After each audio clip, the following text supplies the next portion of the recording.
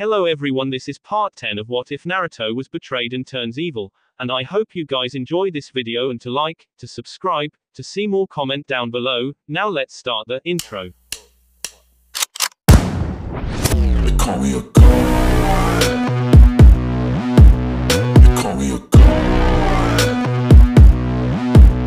They call me a god. Day 1. Wave. Kurama sat on the couch by herself, surrounded by her and Naruto's followers. They all looked at Kurama with serious eyes. They all wanted to know why Naruto went crazy not too long ago. When Naruto left, Kurama told them she would explain to them in the morning, not wanting to be around anyone. Now was the time, and she looked around at the ninja in the room. She also wanted Tsunami, Tazuna, and Inari come in and listen to what she had to say. She couldn't hide this from them any longer, now after what transpired last night. I know that you all want answers, and I will answer them all with honesty. I won't keep everyone in the dark anymore, said Kurama. But before you ask anything, let me tell you some of the basic things that led up to yesterday, she said with a sniff. First of all, have you wondered why Naruto-kun said to kill all Konoha ninja that you see? She asked them. It's because he hates Konoha after what they did to him, right? Asked an innocent-looking Isaribi. Well, in a simple way, that is correct. But to understand Naruto-kun more, you will have to listen into everything, she said. Everyone nodded at what she said, daring not to interrupt her while she told her tale. Naruto-kun was born without love, she started. His family despised him because he held my soul inside of him. My chakra was sealed into his younger twin siblings, Menma and Mito Uzumaki Namikaze. Unknowingly to Konoha, Minato team, Naruto's father and the person who sealed me inside of Naruto-kun, messed up when sealing me inside of Naruto, putting my full soul and 50% of my chakra inside of Naruto-kun. Minato team made Naruto-kun a scapegoat for two reasons. The first was because he didn't want Naruto around his other children. Being in contact with Naruto-kun may mess up the chakra inside of them, making them go berserk. The second reasons was because Minato team was angry at what I did to Konoha, and transferred that hate to Naruto-kun. He told everyone in Konoha that Naruto was born a demon, and deserved no love. Growing up, Naruto had no one. He lived on the streets for many years, not even being able to enter his own home with his family. He was beaten, despised, hated, alienated, for a reason he had no control over. He would be beaten one night, but only to heal because of my chakra the moment he woke up the next day. It was hell for him. The things they put him through made him hate Konoha with a passion, but he was a child, so he couldn't do anything to his tortures. That is, until he met me, said Kurama as he tails drooped to the floor in sadness. It was another beating that he received and he made it to his mindscape, where I was held. At first, he didn't want to come to me because he heard my deep voice while in my Biju form, but when I turned into my human form, he came to me and we talked. Kurama smiled when remembering the first time she met Naruto. He still had those pure, innocent, blue eyes that shined even through the toughest times. She then frowned at what was coming next.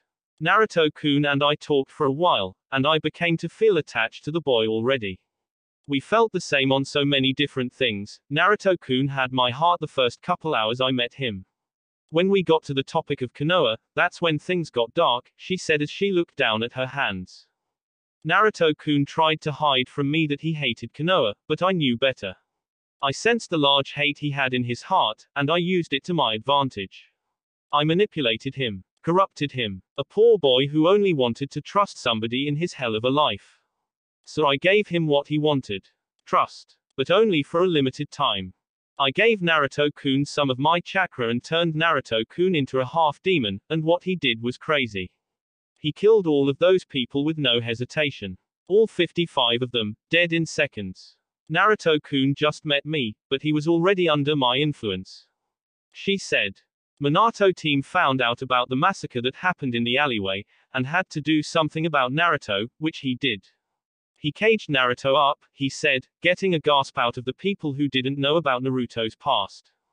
Minato team locked Naruto-kun up at the bottom of his house. He put yokai seals around Naruto-kun as he was chained down to the walls. He had nowhere to go, with no outside help.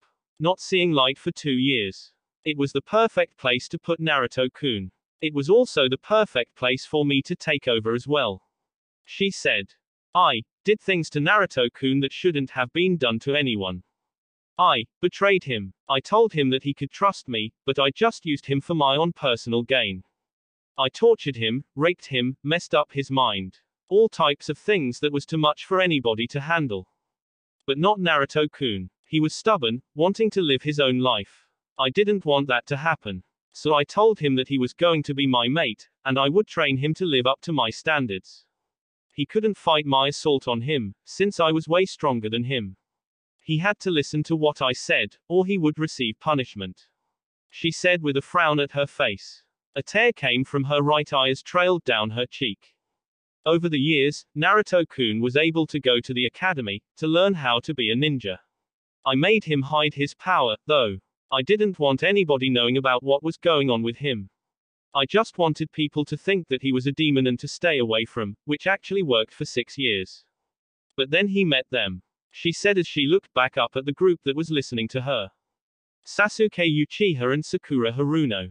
They were put on a team together with Naruto, led by Kakashi Hatake, forming Team 7. Naruto heard plans for the team, and could use them to make his 2 teammates loyal to him. Apparently, the council decided to only have Hatake train the Uchiha, but not to make him too strong. They didn't want the last Uchiha to leave Konoha like his older brother, and so held back on his training, while Naruto-kun and the pink-haired girl received no training at all. Naruto-kun told this to his teammates, and after some bickering, made those 2 his first students.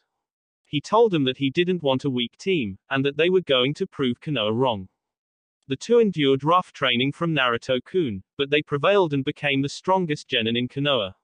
My control over Naruto was going well, but that was before he came to Wave. And met Tsunami-san, said Kurama as she looked at the women.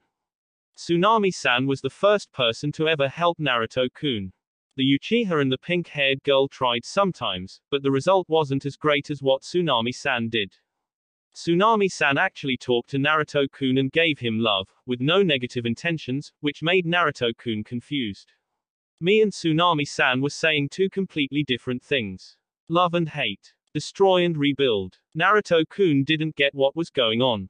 To keep my dominance over Naruto-kun, I threatened to kill Tsunami's family. My plan worked, and I still had control over Naruto-kun. After a while, the Chunin exams came. Naruto-kun and his team flew through the exams. Naruto-kun even found people for his cause. It was during this time that I did something that assured my control over Naruto-kun, Kurama said as the tears started to pour down.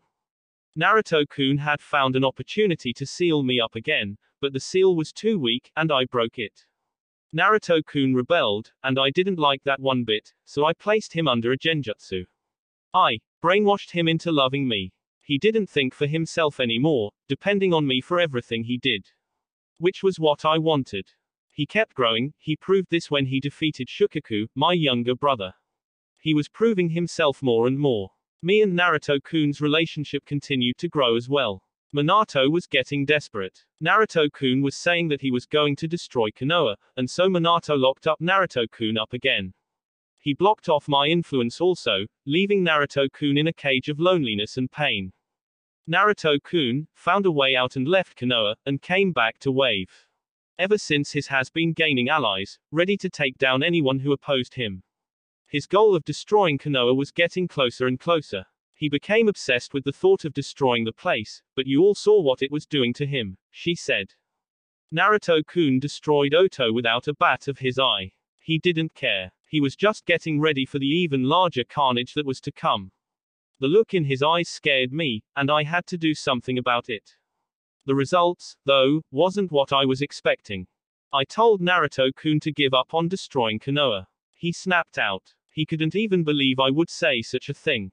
Everything that he has been through was for him to get ready to destroy Konoha, and I was going to take it away from him. He said that he felt betrayed by me for saying that, and what happened yesterday night is a result of my actions.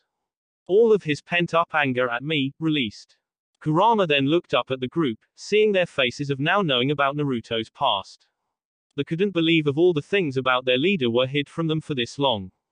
I have a question, said Jugo, getting Kurama's attention. Yes. Asked Kurama. When we went on a mission with Naruto-sama not too long ago, we met up with the Uchiha and the pink-haired girl. The Uchiha said that Naruto-sama doesn't care for us. Is that true? Asked Jugo. Kurama took a deep breath before answering the teen's question. What the Uchiha said is true, she said, getting a gasp out of them. What?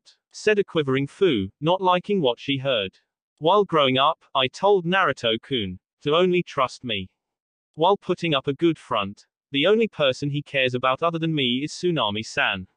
I want you all to know. You lie, shouted Karen, tears pouring out her eyes. Naruto-sama cares. He does trust us. What have we done against him? I know this isn't easy to believe, but it is true, said Kurama as she looked down at the ground. This is all your fault, shouted Karen as she ran up Kurama with her fist held up. Fuka jumped up and held Karen back. Karen-chan, calm down. Even though I don't like it either, attacking Kurama-sama won't help anything, said Fuka. Tears were also seen coming down from her eyes as well, not taking the news good either.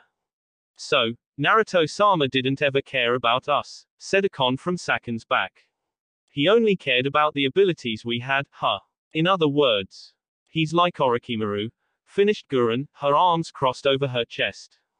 No, don't compare Naruto-kun to that man, shouted Kurama. Naruto-kun doesn't conduct experiments on you. He doesn't lock you all up. He is far from being Orochimaru.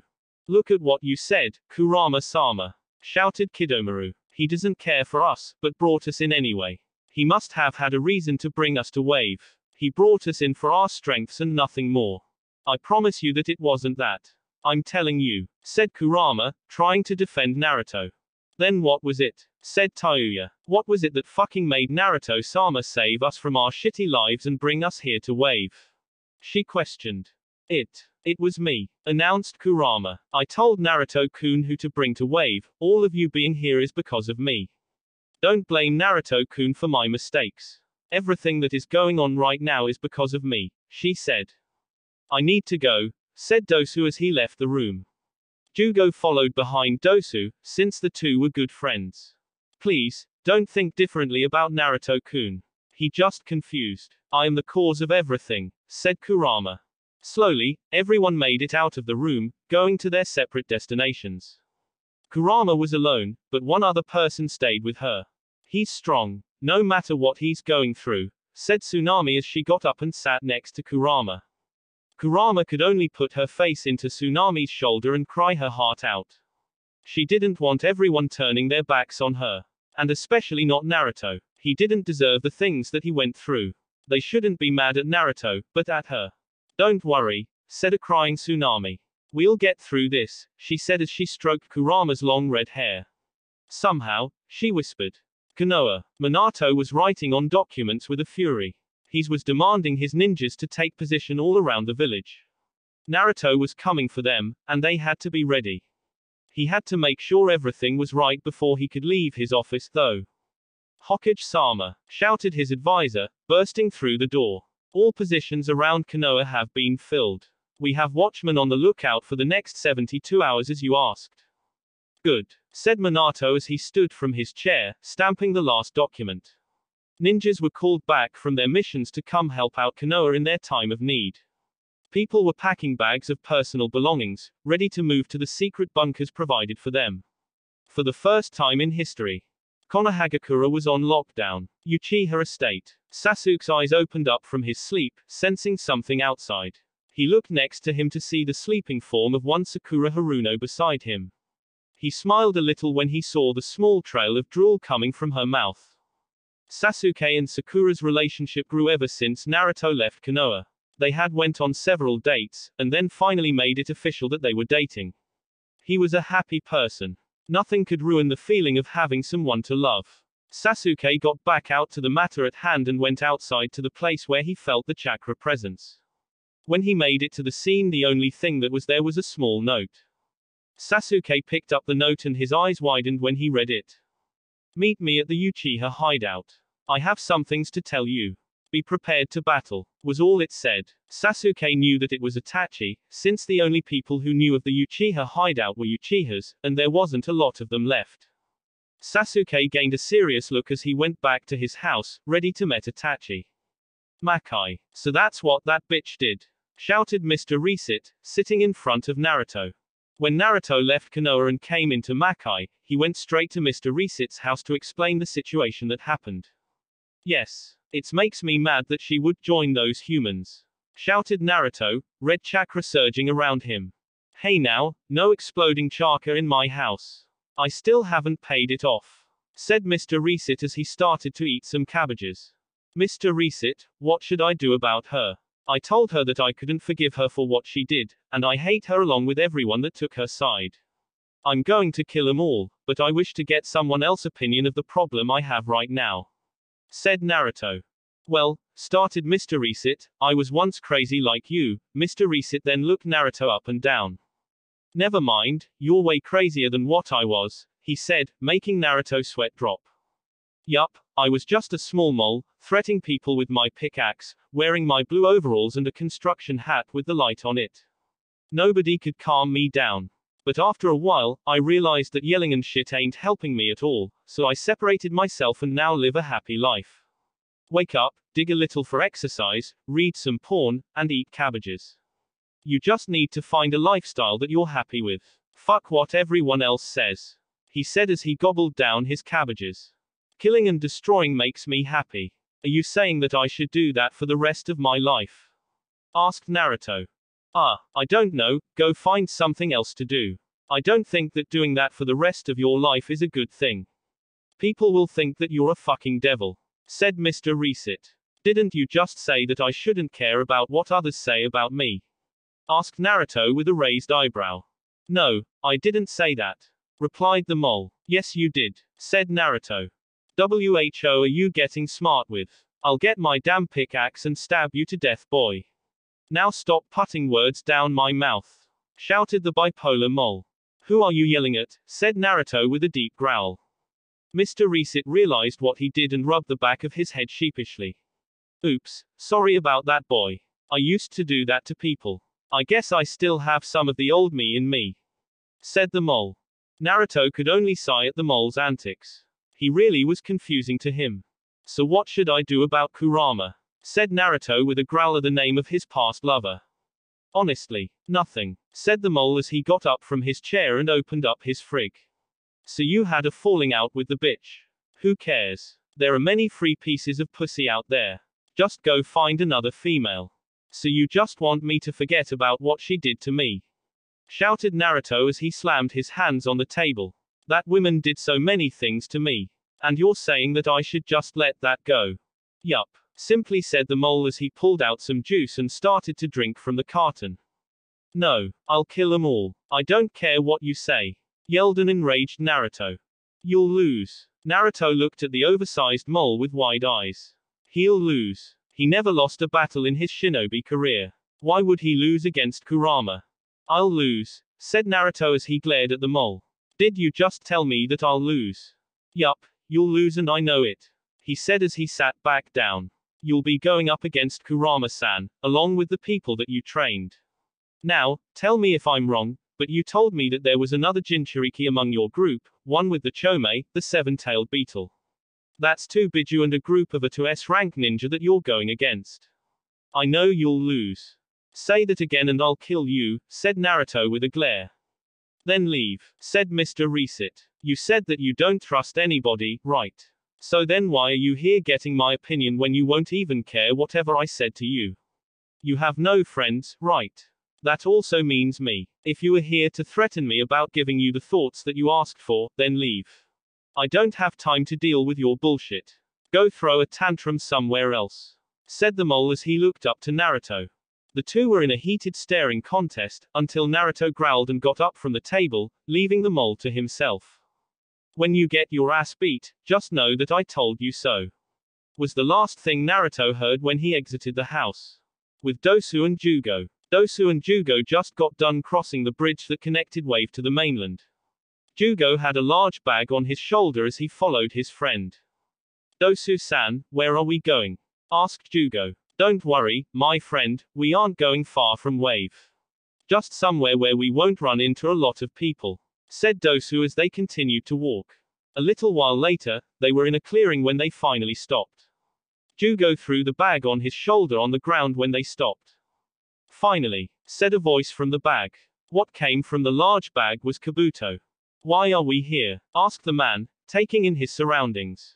We're letting you go, said Dosu as he looked down at the man. Why, aren't you going to interrogate me more, then kill me? Asked a confused Kabuto. Please, killing you would do you good.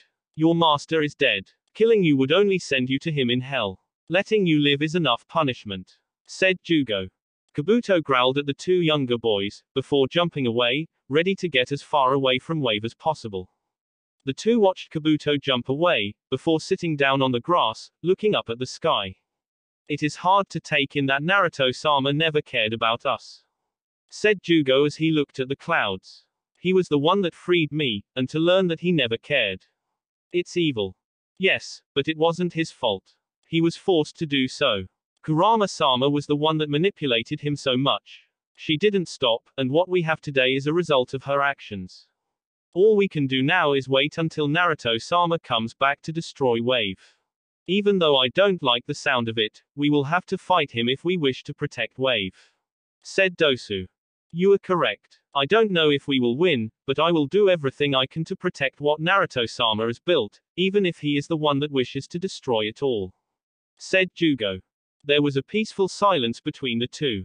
They used to come here with Naruto, just to chill and watch the clouds, away from everyone.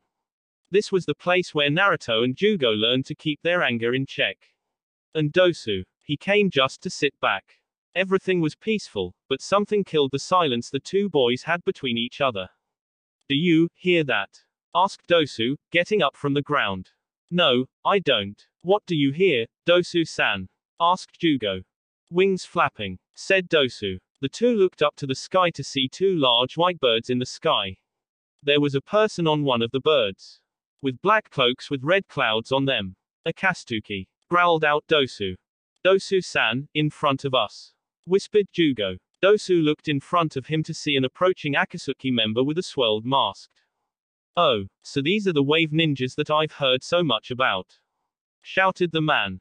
Dosu looked up to see an approaching object flying towards him and Jugo. I'll handle this, he said Dosu as he lifted his arms up. There was a large explosion and Deodara jumped down to the ground, seeing the change in landform the explosion caused. Hey, that was easy, said the blonde Akatsuki member. He was surprised when he saw that the two boys were perfectly fine when the explosion cleared out.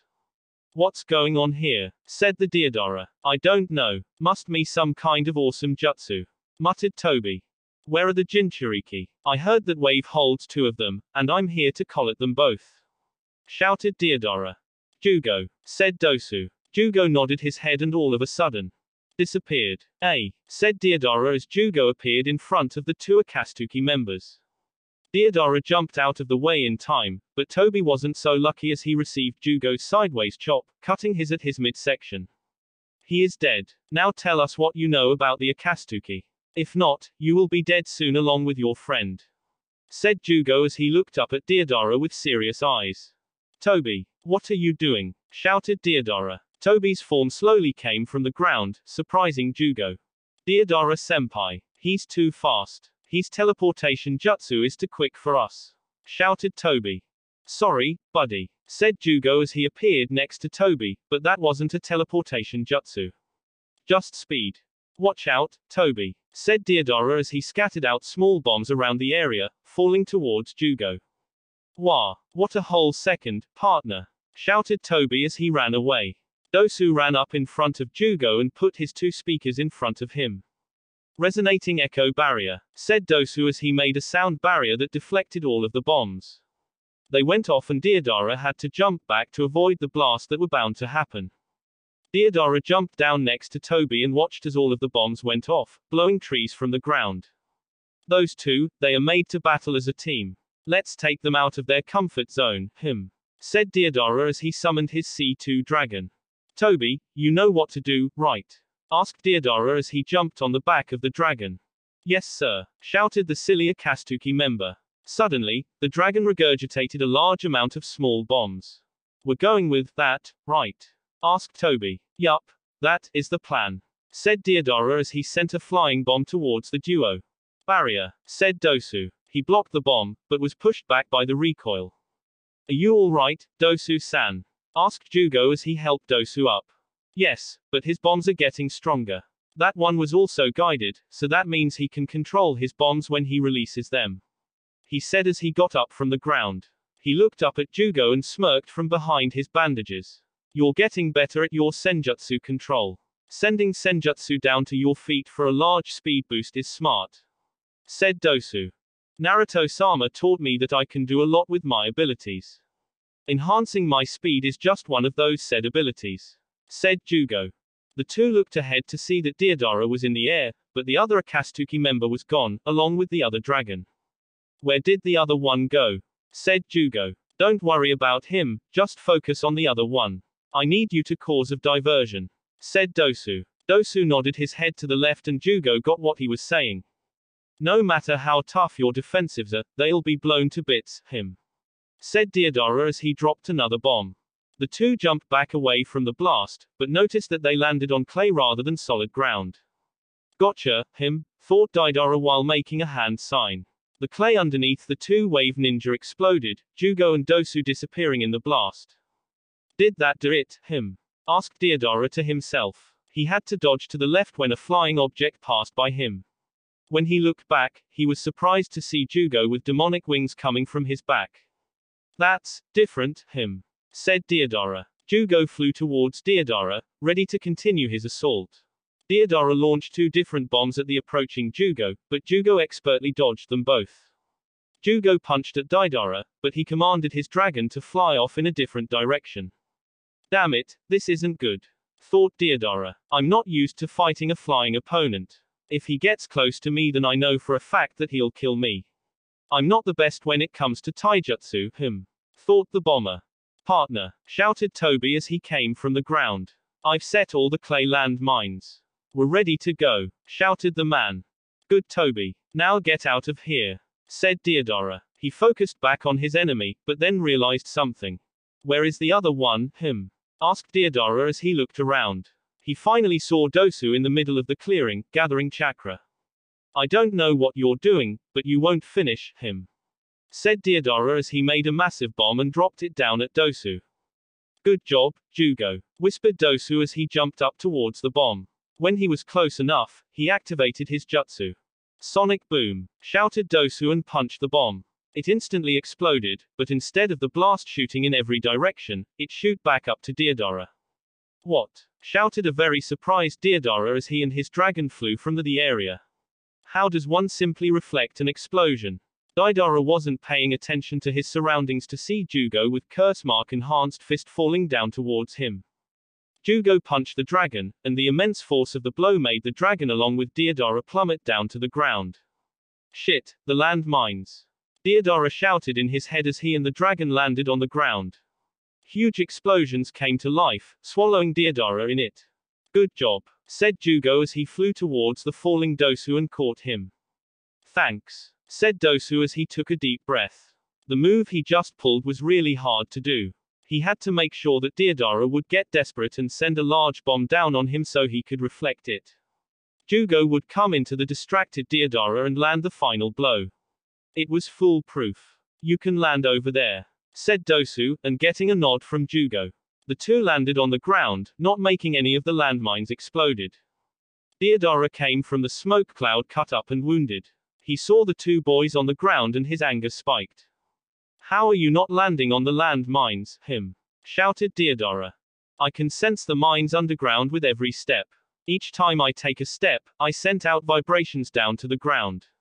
It was easy to find them all, and the safe places to walk, said Dosu. Deodara's face crunched up in anger. These kids found out how to avoid his mines already. All the orange-haired one had to do was fly above them, while the bandaged one already knew where the mines were. In other words, he just used a lot of chakra on them for no reason. You won't defeat me, shouted Deodara as he ate a handful of clay. Oh, he's eating the detonating clay. That only means one thing, said Toby from far away, watching the battle. I'm going to kill you with this, my masterpiece, shouted Deodara. Toby, run away. Yikes. It's the C4 Karura, shouted Toby as he started to jump away from the battlefield. Deodara spit up a large amount of clay, and what form towered over Jugo and Dosu. What the fuck, said Dosu as he looked at the colossal Deodara. This will kill both of you, said Deodara. Dosu-san, how do we deal with this? Asked a worried Jugo. Dosu looked up at Deodara to see that he wasn't flying away, which got him thinking. If this thing explodes, then wouldn't he be flying away? He is actually near it, just high in the air. Which must mean time to die, shouted Deodara as the larger Deodara started to stretch out. Jugo, quickly, grab me and fly up in the air as quick as you can, shouted Dosu. Jugo, without asking questions, grabbed Dosu and flew up in the air. The large Deodara finally stretched out as much as it could and burst open, only to reveal no explosion. Haha, I win, shouted Deodara as he looked at Jugo and Dosu up in the air with him. The forest life around them started to deteriorate until they were no more. Sayonara, wave ninjas, shouted Deodara and activated his technique. He was surprised when nothing happened. What's going on? Asked Deodara as he kept trying to activate his ultimate move, but it wasn't working. It's not going to work, said Dosu as he hung from Jugo's arms. Your moves are really noticeable to me. What are you talking about, shouted an aggravated Deodara. Why weren't they dead? Using the sound waves in the air, caused by your explosions, I sensed all of the bombs in the air. I saw that you were flying over your ultimate move, so I assumed that was the safe zone from your attack. All it took was for me to look at the situation to realize your game, explained Dosu. What if the safe zone you assumed was safe wasn't safe? Asked Deodara. He really was interested in how they escaped. Simple. I would just blow the nuclear bombs away with my sound waves. I could also make the bombs vibrate in the middle of the air, making them detonate sooner than you even wanted them to, but the first option just sounded safer to me, said Dosu. This boy has broken down my art so quickly, thought a shocked Deodara. It's time to finish this. Jugo, said Dosu. Suddenly, Jugo quickly flew towards Deodara. Deodara wasn't quick enough to move in time to dodge the punch that Dosu hit him with. Deodara suddenly felt disoriented as he coughed and spit up blood. I have you in my under my jutsu now. It's best to give up now, said Dosu. Dosu went to punch Deodara again, but was surprised when felt clay instead of flesh. Another Deodara appeared from the owl's back they were riding on and grabbed Dosu by his foot. You think that I would just stop there? Let's see how you manage a direct C4 attack, shouted Deodara as another Deodara-like bomb came from his mouth and overtook Dosu's form, closing him in on the inside. Deodara jumped back, ready to kill Dosu, but wasn't ready when Jugo appeared in front of him and punched him right when he was going to form hand signs. Gah, said Deodara as he punched down to the ground, Jugo slowly following him.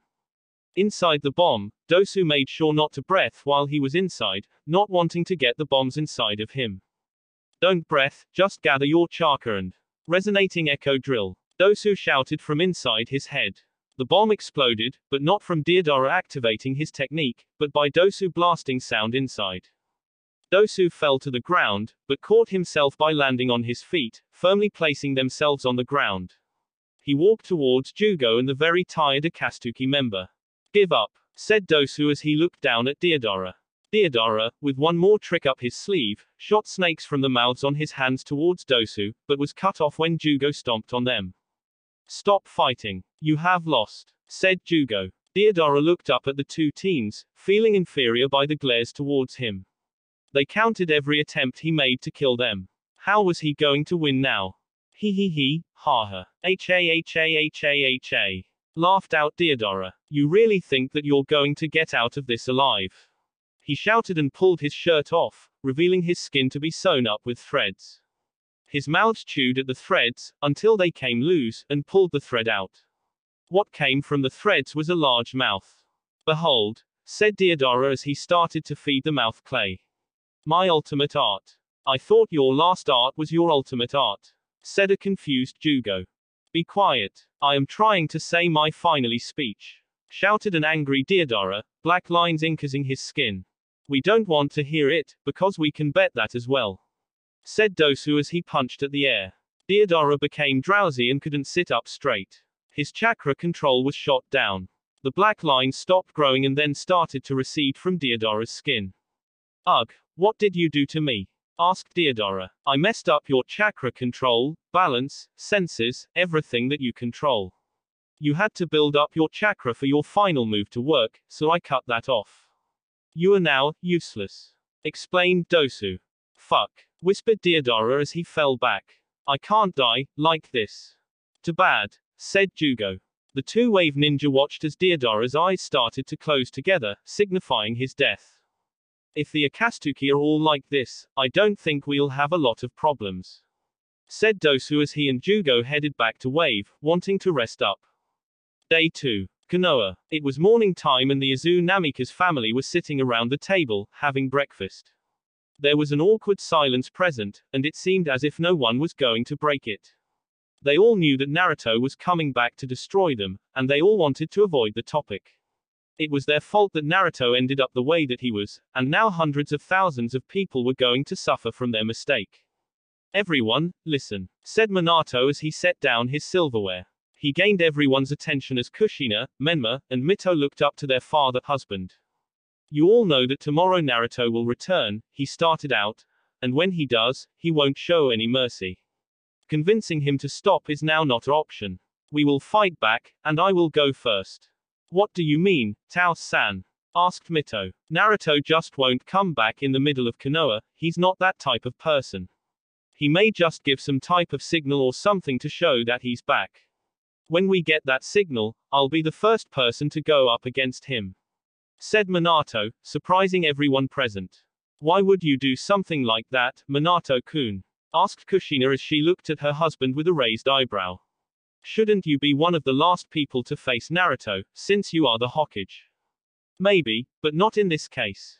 I want to make as much time to hold Naruto back, while everyone here in Konoha gets ready to fight. I won't let others die because of the mistake that I started.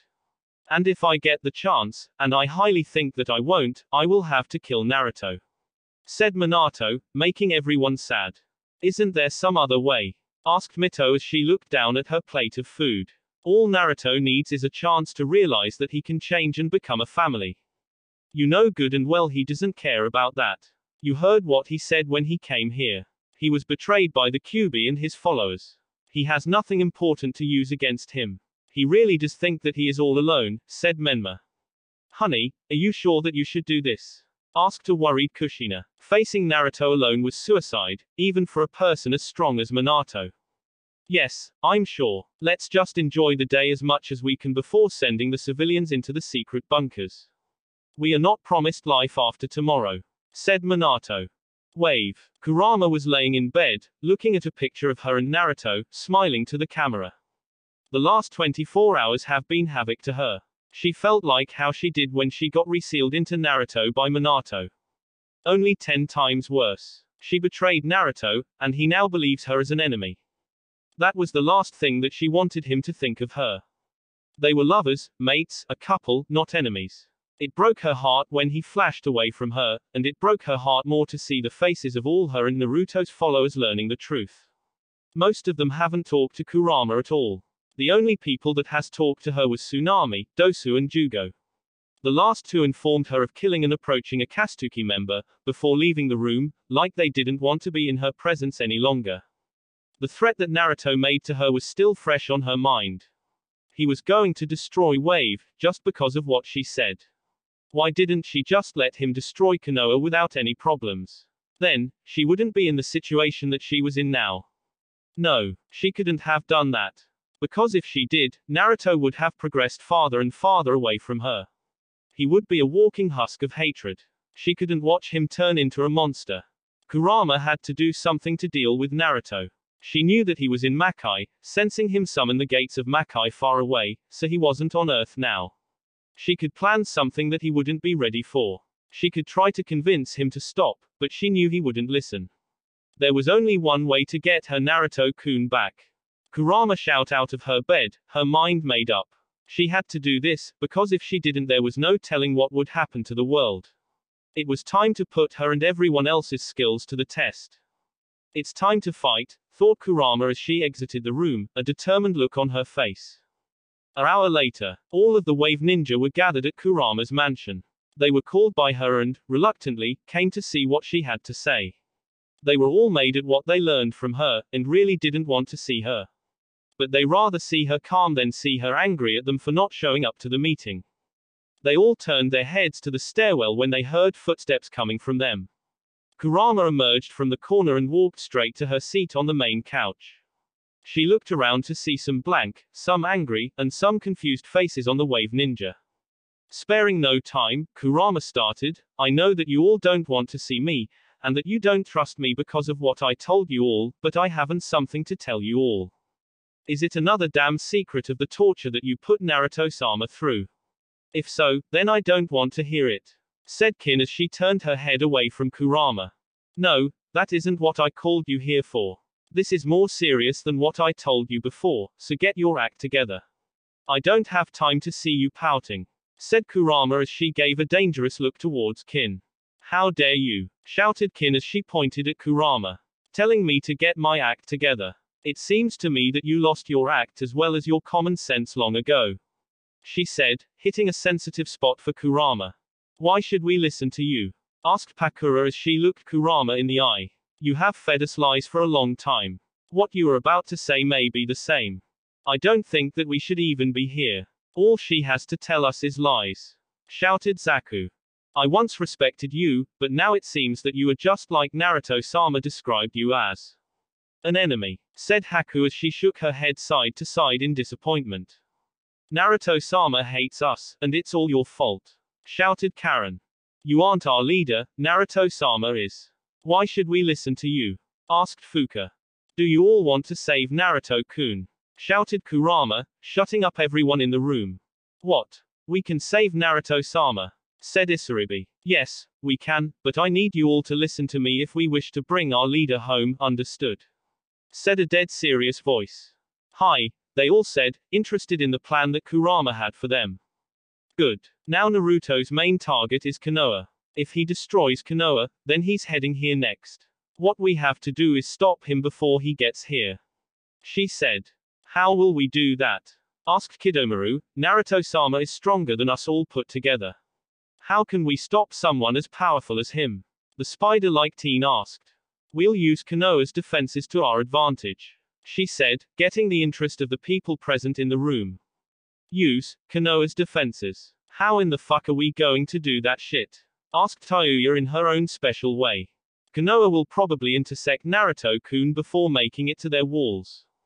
They would rather destroy the forest that surrounds the village than the village itself. We'll wait out the battle for a while, letting Naruto-kun get comfortable with the battle he's going to face. That's when we come up to attack," explained Kurama. "So basically, this is a surprise attack. We'll launch our most powerful jutsus at Naruto-sama while he is distracted." "It's a sneaky play," said Zabuza, leaning against the wall. "Yes, but I have another idea on how to do this. Here's the plan." Makai. Naruto was getting ready for bed, getting ready for the carnage that he was going to cause tomorrow. He was ready. It was finally time for him to achieve his lifelong goal. Destroy the place that hated him for no reason. Destroy the place that denied him of his rights. Destroy the place that he was born. Destroy Konoha. Naruto looked outside his window to see the red moon that shone in the skies of Makai. It wasn't the moon on Earth, so he wouldn't hear that voice in his head here. No matter, he would still finish what he plans on doing. Naruto got to the bed and saw a picture of him and Kurama, smiling towards the camera. That was the time where he loved that women. When he was actually happy. When he felt that he had a place in the world. Not anymore. "Kurama," he said as he picked the picture up. "You are one of the many sources of my pain. I promise that the next time I see you, I will kill you. I won't hold back. I won't show any mercy. You are nothing to me anymore, and all of those that support you and your efforts to stop me shall die.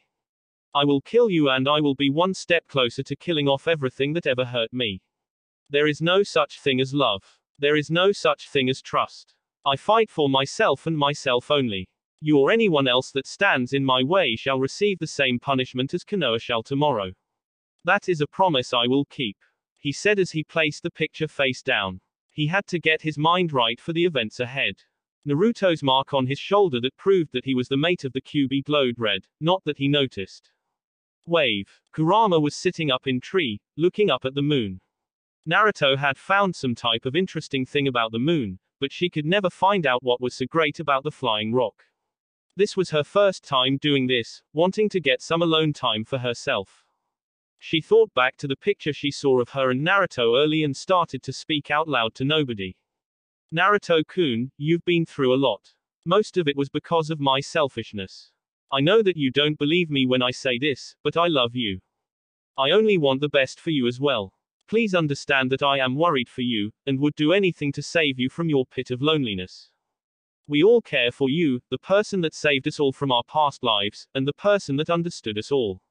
You saved me from my loneliness, but in return, I stabbed you in the back. I promise that I'll never do such a thing ever again, and you can trust me forever. I'll save you, Naruto-kun, from yourself, and that's a promise I shall keep. Said Kurama as she jumped down from the tree she was in and started to walk back to the mansion. Kurama's mark on her shoulder glowed red, but didn't notice this. She kept walking but heard something that stopped her in her tracks. Please, said a voice in her head. Kurama's eyes instantly went up to the moon to see the silhouette of a woman. Please, save my Sochi. And with that, the figure disappeared. Isn't that some bullshit? Muttered Kurama, not believing what she just saw. Day 3 final day. Konoha. Minato stood in front of Konoha's gates and looked around him. Ninja were positioned all over the walls, ready for anything. The streets were abandoned, and Konoha looked like a ghost town. All of the citizens were moved to the secret bunkers that would protect them from the fight that was bound to happen. You get anything? Minato as a sensory ninja. No sir, but I will report anything that I sense, Hokage-sama. Said the ninja. Minato nodded his head and turned back to his wife, Kushina Uzumaki Namikaze. The mother of his children, and the women he fell in love with. You okay? Asked Minato. Honestly, no, I'm scared, she said. Minato engulfed Kushina in a hug, knowing what she was going through. I understand. We will get out of this. He said as he kissed the top of her head. The final valley. It really was a nice day outside. The birds were chirping, the fish were jumping out of the water, and the sun was shining. It looked like a scene from a fairy tale. Yeah, we all know this won't long. A large amount of ki flooded the area. In between the statues that made the legendary site, a large gate came from the river leading to the waterfall. The chains fell from the gates and they shot open. One Naruto no Yoko came from the gates, ready to bring havoc. Time, he said as he took a deep breath. He opened his eyes to show his fully black, hollow eyes, to destroy, he said with a smirk and flew off.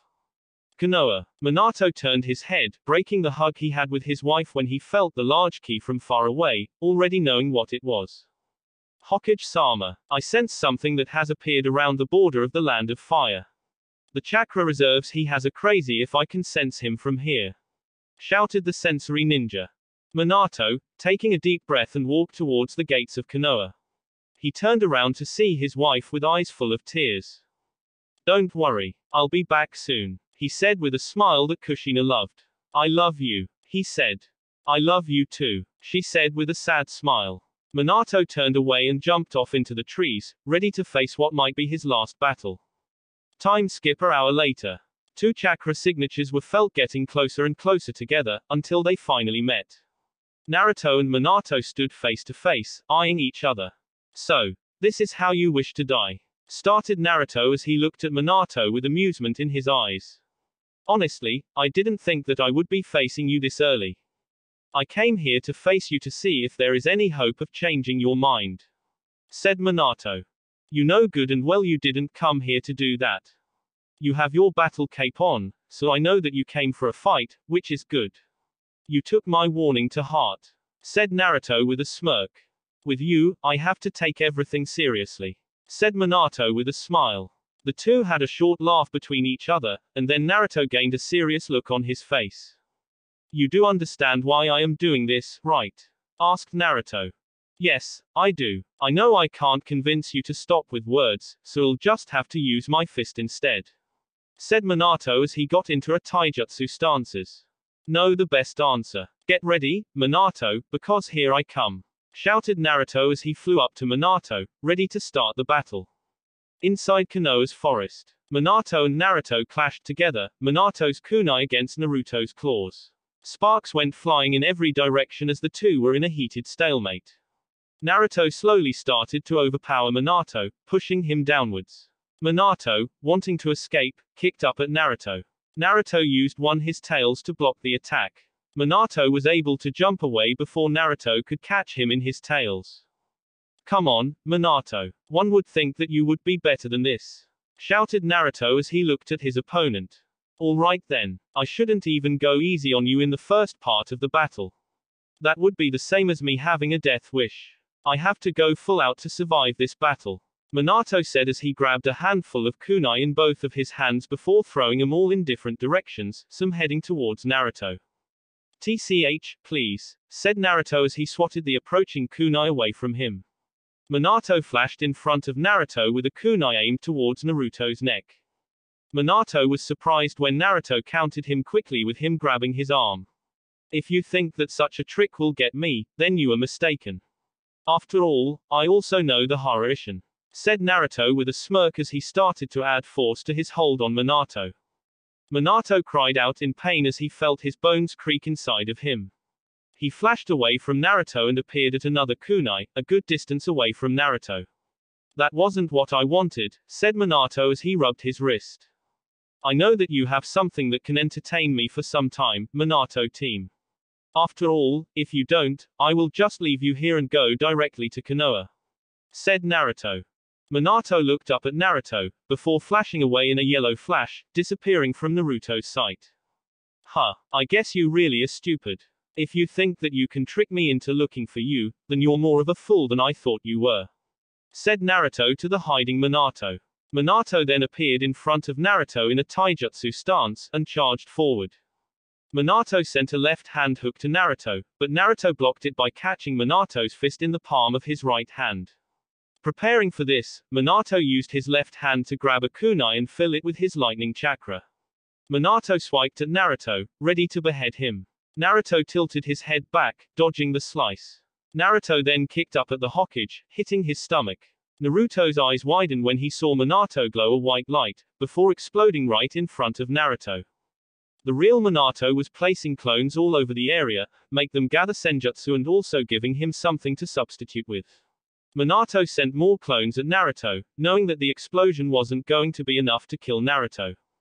As expected, Naruto was perfectly fine.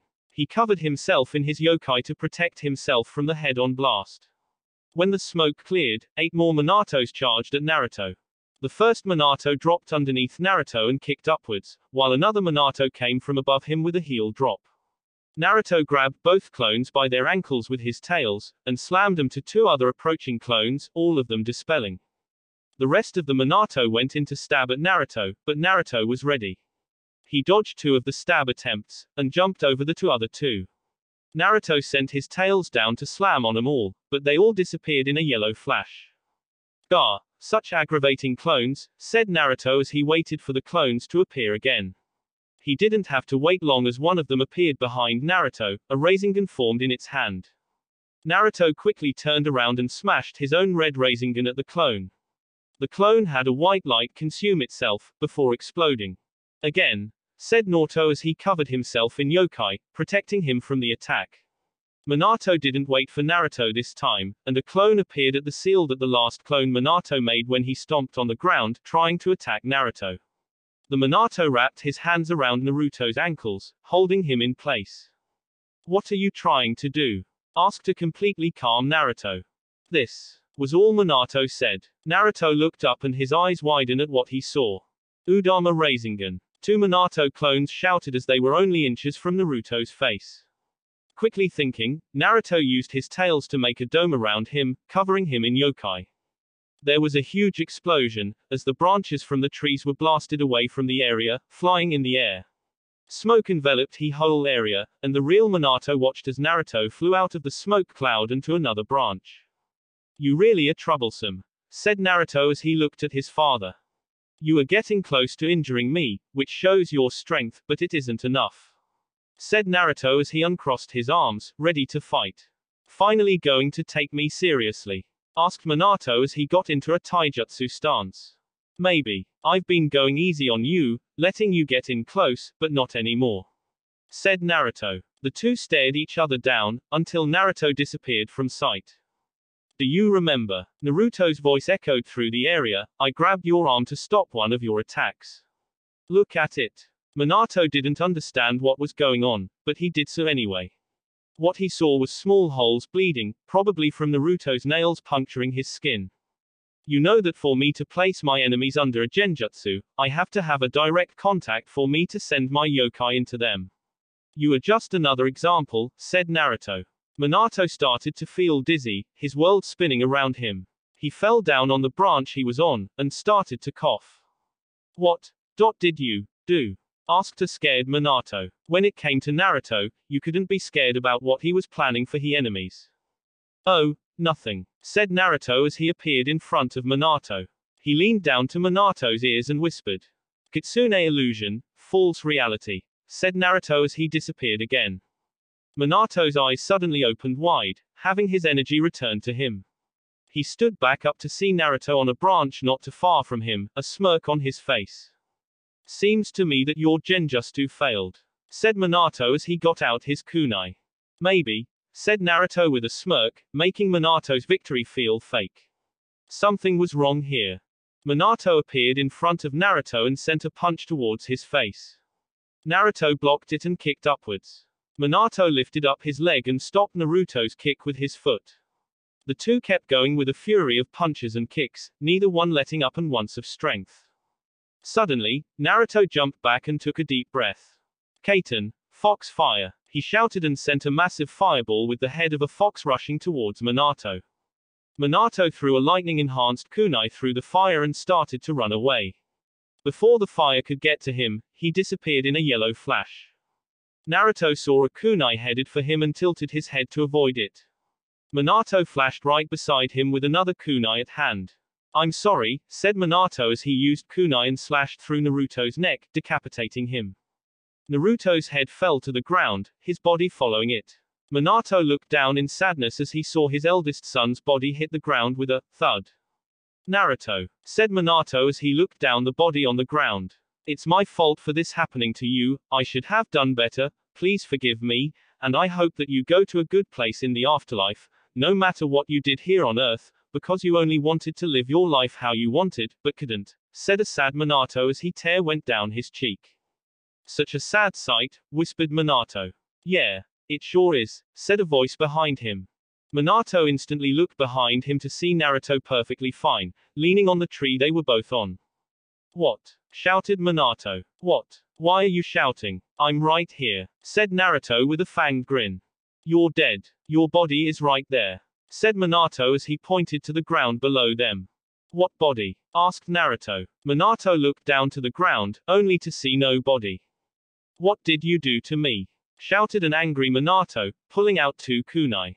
Are you planning to stab me? Asked Naruto. Well, you can't. After all, I am just a tree. Suddenly, the Naruto Minato was looking at became a tree, confusing the man. What the hell, said Minato as he looked around. The forest around him was restored from Naruto's last Kaiten attack, there were no Kwani on the ground, and the trees had no slash marks on them. Genjutsu, said an angry Minato. Naruto tricked him. The Hokage. He couldn't have this any longer. Minato started to gather his chakra, ready to release himself from the genjutsu he was trapped in. Release, shouted Minato. The world around him phased away, before it came back to him. Everything back the way it was. Good. Now where is that boy? Said Minato. Rasengan, shouted a voice from behind him. He turned around to see Naruto with a fully charged Rasengan right at his back. Minato couldn't dodge in time, and received the full Rasengan to his back. Argush, shouted Minato as he was blasted down to the ground. That shit really did hurt. Just that one attack could have decided the winner of this battle. Minato looked up to see Naruto perched up on one of the branches, looking down at Minato. You look hurt. Good. Naruto giggled insanely, giving Minato creeps. Minato saw one of his kunai behind Naruto and smirked. Yeah, but payback's a bitch, said Minato as he appeared behind Naruto with his own Rasengan. When it made contact with Naruto, he went through him. What? shouted Minato as he looked behind him to see a smirking Naruto. Watch out, shouted Naruto as he pointed in front of Minato.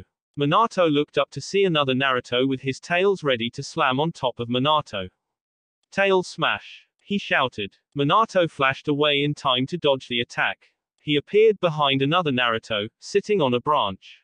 Now, shouted Minato in his head and threw a senbon at Naruto. Wait, a senbon. Minato didn't use senbon. The senbon made contact with Naruto's neck, and Naruto fell down to the ground. When his body made it to the ground, somebody came to the battle scene. Minato-kun, shouted Kushina, her sword strapped on her back. Are you all right? She asked. I got blasted with a Rasengan, but I'll be fine, he said as Kushina helped him up and put his arm around her shoulder. Something is going on here, though. I seems like everything is messed up. I just sent a senbon at Naruto, and I don't even use them. I didn't have one in my pouch when the fight started, so how did it get there? He asked. I don't know. I did see you do that, though, she said as he looked down at Naruto's body. That's a sad sight to see, she said. Yeah, Minato's eyes widened when he heard that. He instantly turned around to see Naruto with a Rasengan ready to blast Kushina to bits. Rasengan, shouted both Minato and Naruto. The two clashed for a while, before both techniques exploded, sending them all back. What going on? I thought you killed him, shouted Kushina. Yeah, I thought I did too. Apparently, he has trapped us in some type of genjutsu, he concluded. Really? How did he get me in it? Asked Kushina. I don't know, but we need to watch our backs. He can appear at any time, said Minato as he readied himself, gather nature energy. Kushina also took out her sword and got in a kenjutsu stance, ready to defend her village. So now this woman comes to the scene, said Naruto's voice. That's even better. You both can die at the same time together. Then, I'll show your dead bodies to Konoha, weakening their wills, and killing them all. Ha ha ha. I can't wait, shouted Naruto. Here he comes, shouted the now sage mode Minato, sensing Naruto come up to them. Naruto appeared in front of the couple with his side ready to slash through them. Kushina parried the attack with her sword, letting Minato jump over her with two Rasengan. Rasengan barrage, he said and sent the Rasengan towards Naruto's face. Kaiten, Kitsune bombs, said Naruto as small fireballs with fox heads came from his mouth and towards Minato. Minato destroyed two of them, but flashed away with Kushina to avoid the very large explosion when the small bombs made contact with the ground. That was unexpected, said Kushina as she watched the explosions. Naruto flew upwards and appeared in the air. Kaiten, fox fire, he shouted and sent a massive fireball towards the couple. Suten, water wall, countered Kushina as she sent a blast of water towards the fireball. The two attacks met and caused steam to cover the area. Naruto flew in front of Kushina with his scythe, ready to slash at her. Kushina ran up to Naruto and dodged the slash and cut Naruto in half with her own sword, both halves of his body falling down beside her. Is it over? She asked as she looked away from Naruto's severed body, not wanting to see her son in such a state. She wasn't ready when Minato wrapped her up in his arms and flashed away to one of his kunai in a tree branch. What was that for? She asked. Look, he said as he pointed back down. She looked down to see that Naruto's head was shooting out flames where Kushina once was. We are still under his genjutsu. Any fatal hits you make on him doesn't mean he's down for the count, said Minato. You're right, said Naruto from behind them. The two couldn't get away from Naruto as he grabbed their necks and held them up in the air. Isn't this funny? He said as he giggled. Minato, you deserve to die. I will enjoy crushing the life out of you, shouted Naruto. Suten, water dragon bullet, shouted a voice. Naruto dropped the two to avoid the approaching water dragon. A person landed in front of Minato and Kushina, coming to their rescue. Ah, thanks, said Minato as he rubbed his head. He looked up to see who saved his life, only to see a familiar person. Kushina-chan, asked Minato as he looked up at his wife. Yup, she said with her tongue out of her mouth a peace sign. I'm here to save your sorry ass, she said. So you made a cage bunshin before he caught us, good move, he said as he got up. What are you talking about? Asked Kushina with a raised eyebrow. I just got here. I didn't make any cage bunshin. Well, why are there two of you? Said Minato as he pointed at the two Kushinas. What are you talking about? Did Naruto-chan hit you on your head when you two were fighting? Asked Kushina, worried about her husband's mental health. No, really. There are two of you. You're standing right beside each other. Shouted Minato. Right. Here. Asked Kushina as she placed her hand beside her. The second Kushina looked at Kushina reach out for her. Kushina tried to jump away, but it was too late as Kushina's hand phased through her. What? Shouted a very confused Minato. So you are telling me that you were never here? He shouted. Damn. Said Naro as he looked at Minato and Kushina. It looks like my fun is over. What's going on, Naruto? What did you do to Minato-kun? Shouted Kushina. He is still under my genjutsu. It is called false reality, for a reason. Said Naruto with a smirk. So everything was fake? Asked Minato. Not everything. Yours and my attacks were all real. But you would sometimes see odd things. Things that weren't supposed to be there. The point of my genjutsu is to make my opponent waste his or her chakra. Some parts of the reality was real, while some parts were of images my genjutsu was showing you. I was having fun while making them look funny as hell. He said with a laugh.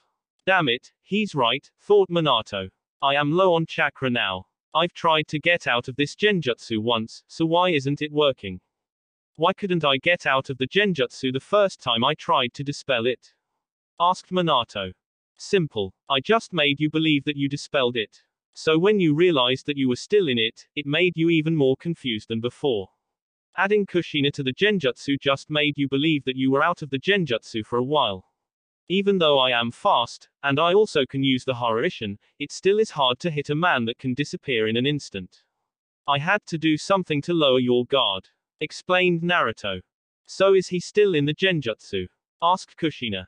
Oh yes, he is and will be.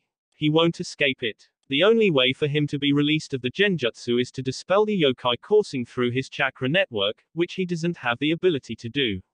Said Naruto with a smirk. But I do. Said another voice that came to the area. You, growled Naruto as he looked at the person in front of him. In a red hoodie, with the kanji for 9 in black on the back. She had the hood pulled on her head, her long red hair coming from the sides. Her crimson eyes that gleamed with power. She had smooth black leggings that showed off her amazing curves, and black sandals on.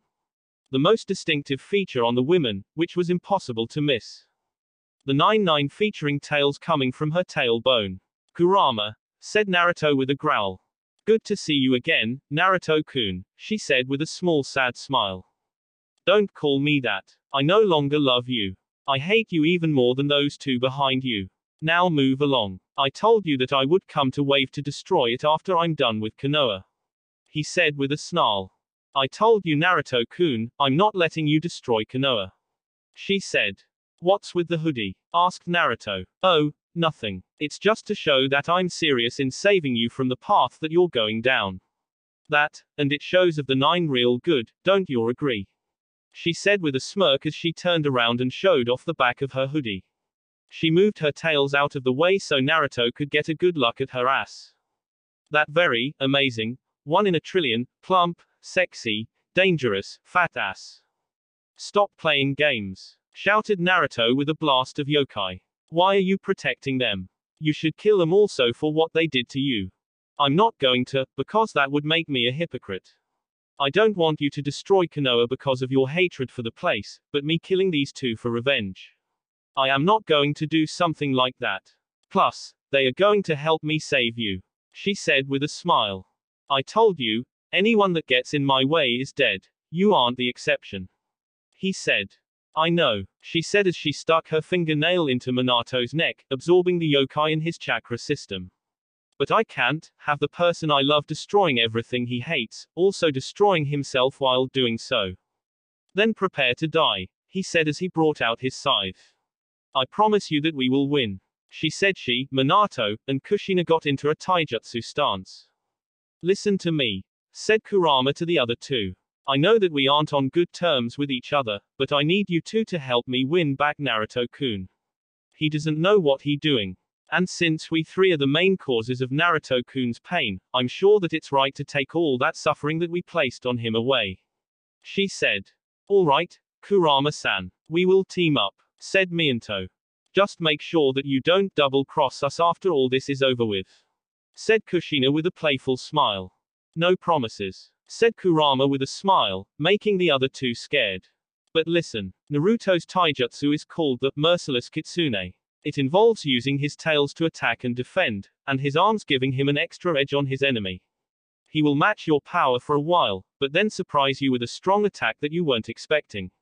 If he hits you, then you are assured at least a couple broken bones. If he keeps hitting you, you'll be dead in a good 30 seconds, explained Kurama, making the other two shudder at Naruto's dangerous taijutsu. So how do we take him down? One-on-one is not an option, said Kushina. We take him down with diversions.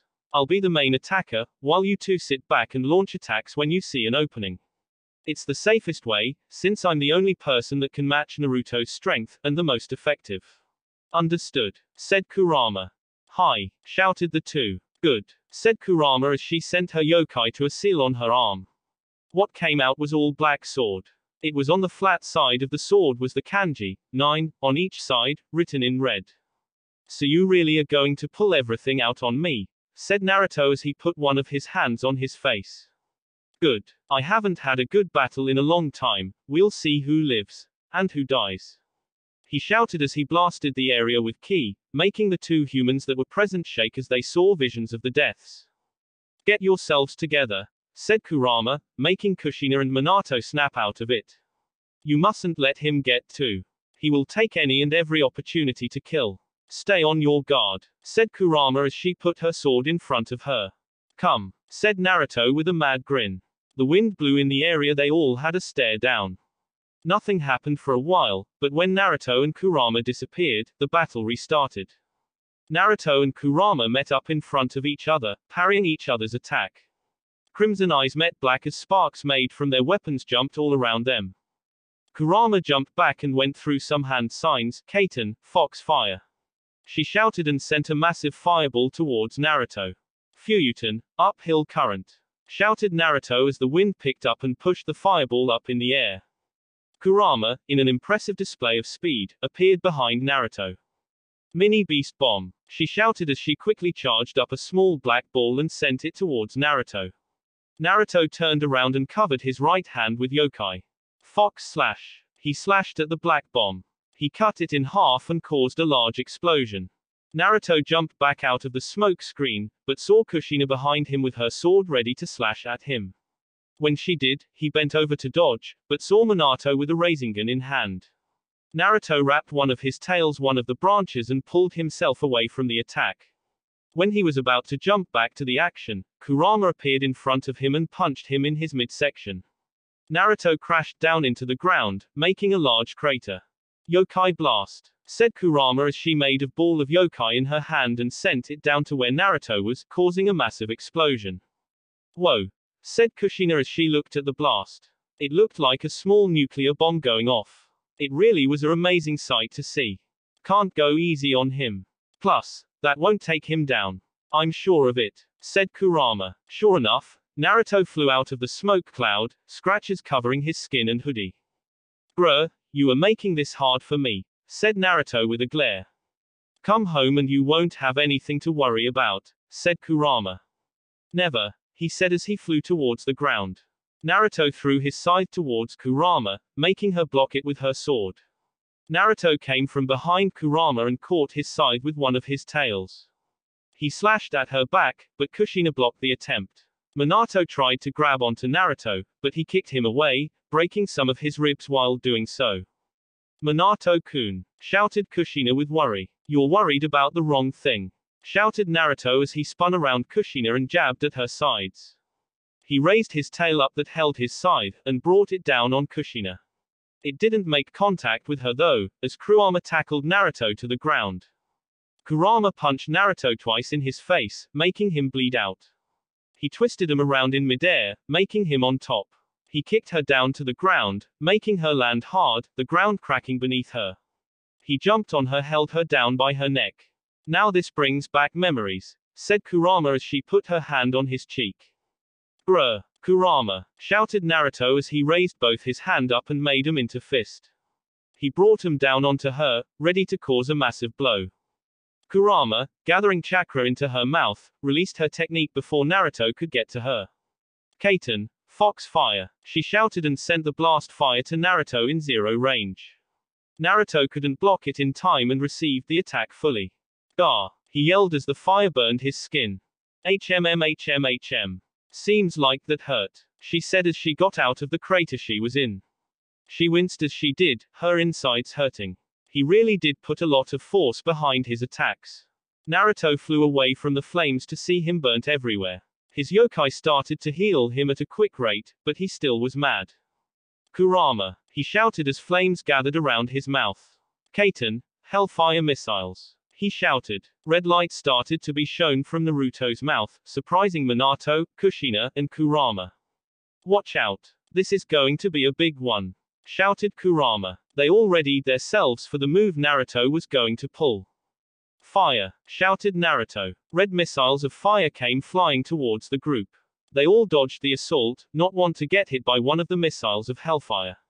Getting hit by one of those meant instant death. Once the missiles pasted by them, they were scared of the grin that Naruto was giving them. What did you do? Said Kurama. This battle has moved us. Do you realize how close we are to Konoha? Said Naruto with his grin growing in size. They all widened their eyes, realizing what Naruto was getting to. No, said Minato as looked back towards the direction of Konoha. Konoha. All of Konoha's ninja were surrounding the walls, ready to protect their village from any threats. They all saw the blast and tremors in the forest, but they were told not to move unless needed to. Do you see that? Said Neji to another Hyuga, both having their clan's dojutsu on, the Byakugan. Yeah, I do see that. Is that fire? Said the other Hyuga. Incoming, shouted Neji. Large missiles of fire are heading our way, he yelled. All of the ninja looked towards the forest. Once they all saw the approaching missiles, they instantly went on the defensive. Doton, Earth Wall, shouted a mass of Doton users. Many walls blocked the path of the missiles. Suton, Water Wall, shouted more ninjas as they all shot a mass of water towards the missiles. Once the techniques clashed, the Konoha ninjas were all scared to see the missiles not weakening at the slightest. The flaming missiles went straight through the earthen walls and headed towards the village walls. Get out the way, shouted Ibiki, one of the ninjas on the walls. They all ran for their lives as the missiles broke through the village walls and into Konoha. The missiles destroyed houses and buildings, ripping through the ground and exploded on contact, causing more damage. Suton users. Head into the village and drown out the fires. We don't need the fire spreading to other areas of the village, shouted Ibiki, ordering the ninjas.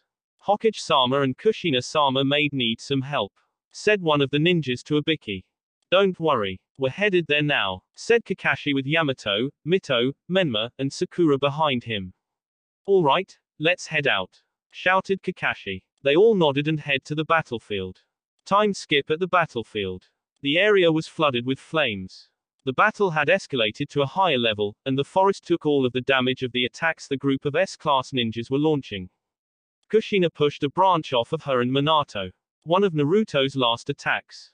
They were both bleeding bad, not being able to keep up with the level that Naruto and Kurama were fighting at. Minato-kun, are you alright? Asked a very tired Kushina. No, said Minato as he held onto his stomach. Naruto had slashed at him with his scythe, and the cut was deep, very deep. Don't worry. Kurama-san will handle Naruto-chan. Let's take a break, she said as they both sat down on the ground, watching Kurama and Naruto's battle. Kurama and Naruto was in an intense kenjutsu battle, matching every move the other did. Neither Kitsune demon was letting up on power, only putting more into their attacks. Kurama slashed at Naruto, but he squatted down and used his handle for his scythe to block her sword. He twisted his scythe around, the blades catching Kurama's sword and pulling it away from her grasp. Hey, laughed Naruto. Seems like I won this kenjutsu battle, Kurama. He yelled and slashed at Kurama, getting a good chunk of flesh from her shoulder. She shouted out. She jumped back away from Naruto and put her hand on her right shoulder, tending to the wound. What? That isn't going to stop you, right? He asked with a smile. The battle between the two did have an effect on both demons. Naruto had gash on his chest, but it was slowing healing. His hoodie was cut from many of Kurama's attacks with her sword, and he had dirt and sweat all over him. Kurama, although conditions was just a little worse than Naruto's. Her hoodie's right side was cut off, revealing the black shirt she had underneath it. Cuts littered her body, and she was healing at a slower rate than Naruto, but it was still quick for he to get back to the action. Please, she said with a huff. It's going to take a lot more than that to kill me. She said. Good, he said as he charged at her. He punched at her face, but she responded with a kick to his stomach. He caught her leg before she could pull it back, and lifted her in the air. He slammed her back to the ground, making her cry out. Fox slash! Shouted Naruto as he sent yokai to his claws. Kurama spun out the way as he claws impaled to the ground. He growled and used his tail with his scythe to slash at Kurama. Kurama pushed off of the ground and dodged the attack. Kaiten, flame massacre! Shouted Kurama as a small flame was made in each of her hands. The flames covered her hands. She punched them forward and the flames blasted forward. The flames started to twist around each other. Naruto looked at the deadly flames with a smirk, amusement in his eyes. Fuyuten, tamed winds! Shouted Naruto, using his most favorite move. The invisible wind blade sliced through the fire, and Kurama had to bend back, avoiding the wind blade. A lock of her hair was cut from the wind, falling down to the ground. Kurama ran into the woods and hid behind a tree, taking in deep breaths. He is good. I didn't know that he was this good. Where did Kushina and Minato team go? Don't they know that I need help? I can't handle Naruto-kun on my own. I know for a fact that he is stronger than me, and how things are going now, I'll lose. I need something that can help me out. When is it going to kick in? I need it so it can. Looking for me, said a voice in front of Kurama. Kurama looked in front of her to see Naruto with the same evil smile on his face. H. Shouted Kurama, feeling a pain in her stomach. She looked down to see that she was impaled by her own sword. The sword went through her into the tree trunk she was leaning on. Don't lower your guard, ever. You taught me that, right, Kurama? You are a hypocrite of your own word. You should feel ashamed.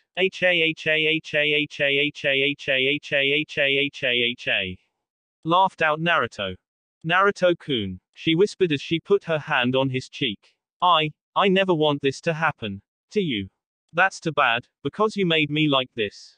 Now suffer, he said with a sick smile. Stay here, while I go to Konoha, he said as he turned around. He wasn't ready for the punch that hit his left cheek, blasting him off of his feet and plummeting towards the ground. Naruto, shouted Sakura with a fire in her eyes. Hey, the pink-haired girl, said Naruto as he got up from the ground. What, surprise, he said as he clapped his hands at her. Stop what you're doing, Naruto-kun. This isn't you at all. She shouted. Yes it is. I've told you when we were put on a team together that I would destroy Konoha. This is me. This is the reason why I am alive. To purge you all from existence. He laughed out. Golden chains came from the ground and wrapped around Naruto, cancelling his yokai flow. Menma and Mito appeared beside Sakura, looking down at Naruto.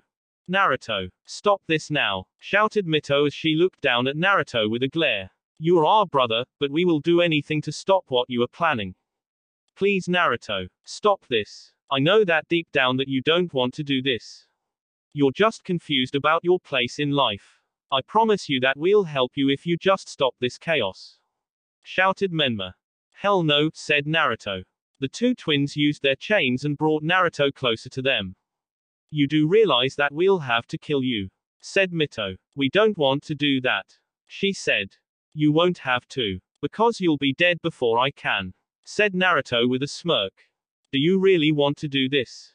Asked Menma. With all my heart. It's the only thing I know how to do. Destroy, he said as he sent yokai into the twins' chakra chains, destroying them. He flew up to them and started his battle with them. Sakura went up to Kurama, seeing the state that she was in. Are you alright? She asked. I have a damn sword in me. Do I look okay? Said a sarcastic Kurama. I'm going to pull it out, okay? It will hurt, said Sakura. Don't worry. I'm heal myself the instant you pull it out. Just hurry up, said Kurama. If I pull this out, started Sakura as she put her hands on the handle of the sword, you won't stab us in the back and try to kill us, right? Said a serious Sakura. I promise, pink-haired girl, that I won't kill you all. Said a Kurama in a bored voice. Sakura, not liking the nickname all of the wave ninja had for her, quickly pulled out the sword. Kurama hissed in pain, before healing herself. Good, thank you, said Kurama. No problem, said Sakura. Where is the Uchiha? His Sharingan will be good use to us in this battle, asked Kurama. Sasuke-kun vanished a while ago. He wasn't in bed when I woke up, and I haven't heard a word from him, said a worried Sakura. In bed, said Kurama as she rose her eyebrows, so you and Uchiha are an item. That's cute, she said, making the pink-haired girl blush. Let's get back to battle, said Kurama, Sakura nodding in agreement. Wait, she said before Sakura could jump away. What is it? Asked Sakura. Kurama looked at Naruto fight against the Konoha ninja and smirked. He was getting tired. She could tell. This was good. That meant it was time for wave to assemble. Kaiten, Fox signal, she said as she sent long line of flames into the sky, going up so high that she couldn't even see the flames die out in the sky. What was that for? Asked Sakura. Kurama just smirked at the pink-haired girl. Reinforcements, was all she said. Miles away from the battlefield, the wave ninja looked up to see a long stream of flames shoot up in the air, and they all recognized it. It's the signal, said Zabuza, leading the group of wave ninja. Let's go. Hi, they all shouted out, taking off to the battlefield. Back at the battlefield, Naruto was facing Menma, Mito, Kakashi, and Yamato. The last two came out of hiding, trying to take Naruto by surprise. It would have worked, but Naruto's mastery of wind let him know of their hiding spot. Sutan, water trumpet, shouted Mito as she sent a compressed blast of water towards Naruto. Fuyutan, tamed winds, said Naruto as he cut through the water that was meant to injure him.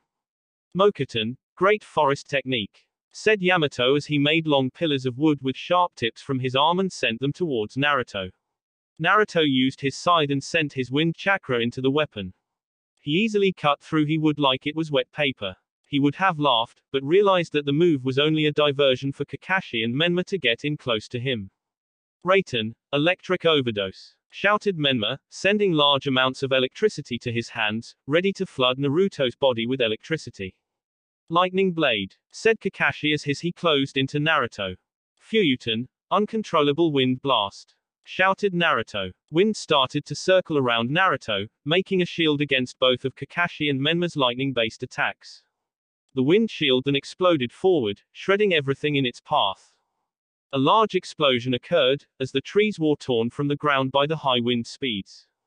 Kakashi and Menma took the most damage as the wind sliced at their skin, making them howl in pain. The landscape was torn to shreds, the area now looking like a wasteland. How huff did you like that? Said a tired Naruto. Pulling off all these moves was starting to get to him. Naruto's chakra reserves were large, and so was his stamina, but his stamina wasn't as large as his chakra reserves. Doing all this could really cause problems. He saw all of the Konoha ninja as well as Kurama climb out of the debris that covered them. Sakura ran over to Kakashi and Menma, tending to their wounds. Naruto looked around at the ninja, seeing the determination. You all, started Naruto, you sicken me. Trying to stop me from reaching my goal. My one goal in life. I won't happen. I will prevail over you all, Konoha will be destroyed. He shouted as he flew high in the air. What is going to do now? Shouted Kushina, hailing a dead-looking Minato with her. I don't know what he's doing. Shouted Kurama. Naruto was high in the air, looking down at the pitiful humans that were in his way of getting to his goal. It's time to die. You all shall be buried in your own ashes, said Naruto as he started to gather his yokai to his hands. Fire erupted from his hands and he held them over his head. Kaiten, hellfire missiles. He shouted and started to send the missiles down to the earth. The group of ninjas' eyes widened when they saw that it was raining fire. Oh shit, said Minato. Everyone had to dodge out of the way as the missiles started to explode when they hit the ground. Naruto was tearing up the forest even more, the forest catching fire as he continued his assault. Die, die, die, chanted Naruto with a crazy smile. He liked the fact that he was destroying the Konoha forest. It was a start at destroying Konoha itself. Naruto was continuing his reign of fire on the earth, but was punched out of the air. Whatever hit him broke his arm in 3 places. "Gah!" shouted Naruto in pain. He looked up to see what did this to him. His eyes widened when he saw Jugo with demonic-like wings on his back, his left arm mutated by his curse mark. "It's time to stop, Naruto-sama." Naruto heard him say. Something else kicked him in his ribs, cracking most of them. "Sorry about that, Naruto-kun," shouted Fu, as she flew in the air with her wings coming from her back, one of her Jinchuriki forms. Naruto started to plummet down to the ground in pain. Those 2 hits really did hurt him, and he sure wasn't ready to counter them. Naruto was falling down headfirst at high speeds, and when he saw that he was getting closer and closer to the ground, he quickly pulled up. He landed on the ground on his shoulder. His body roughly rubbed across the ground, causing his shoulder to break as well. When he finally stopped, Naruto was cut up everywhere. "Ah, damn," said Naruto in pain. He was hurting everywhere, and he wasn't healing like he was supposed to. What was going on with his chakra system? Naruto slowly climbed out of the crater that he was in. He sent yokai throughout of his body, but he wasn't healing as fast. When Naruto made it out of the crater, he threw up blood. He started to cough as he fell over on his back. "What's going on?" he said as he put his hand in front of the sun, looking at his skin heal slowly. He sensed a lot of chakra signatures that he was familiar with. All of the wave ninja surrounded his body, looking down at him, but also keeping the distance. They all knew that Naruto could surprise them at any time. "Feeling weird," said Kurama as she made her way to Naruto's down form, a smirk on her face. "What? Did you?" Naruto coughed out a large amount of blood again. To me," he wheezed out. "I didn't do anything to you. You did this to yourself," she said. "What do you mean?" he said. He then felt an intense pain in his shoulder, making him cry out in pain. He looked at his shoulder and his eyes widened when he saw his mate mark glowing angry red, the pain intensifying. The mark makes each of us love each other. When one doesn't have the same love for the other, the mark causes pain. It's like breaking a contract, only more deadly. "You don't love me anymore, only loving the idea of destroying Konoha," said Kurama, sad that she had to face facts. Naruto really didn't love her. "Damn it. Damn it. Damn it." Naruto repeatedly cursed. This couldn't be happening to him. He had to finish what he started. Kushina, who was holding onto a chakra-exhausted Minato, walked up to Kurama. "Is it over?" she asked. The other Konoha ninja jumped around their leader, seeing Naruto's body on the ground.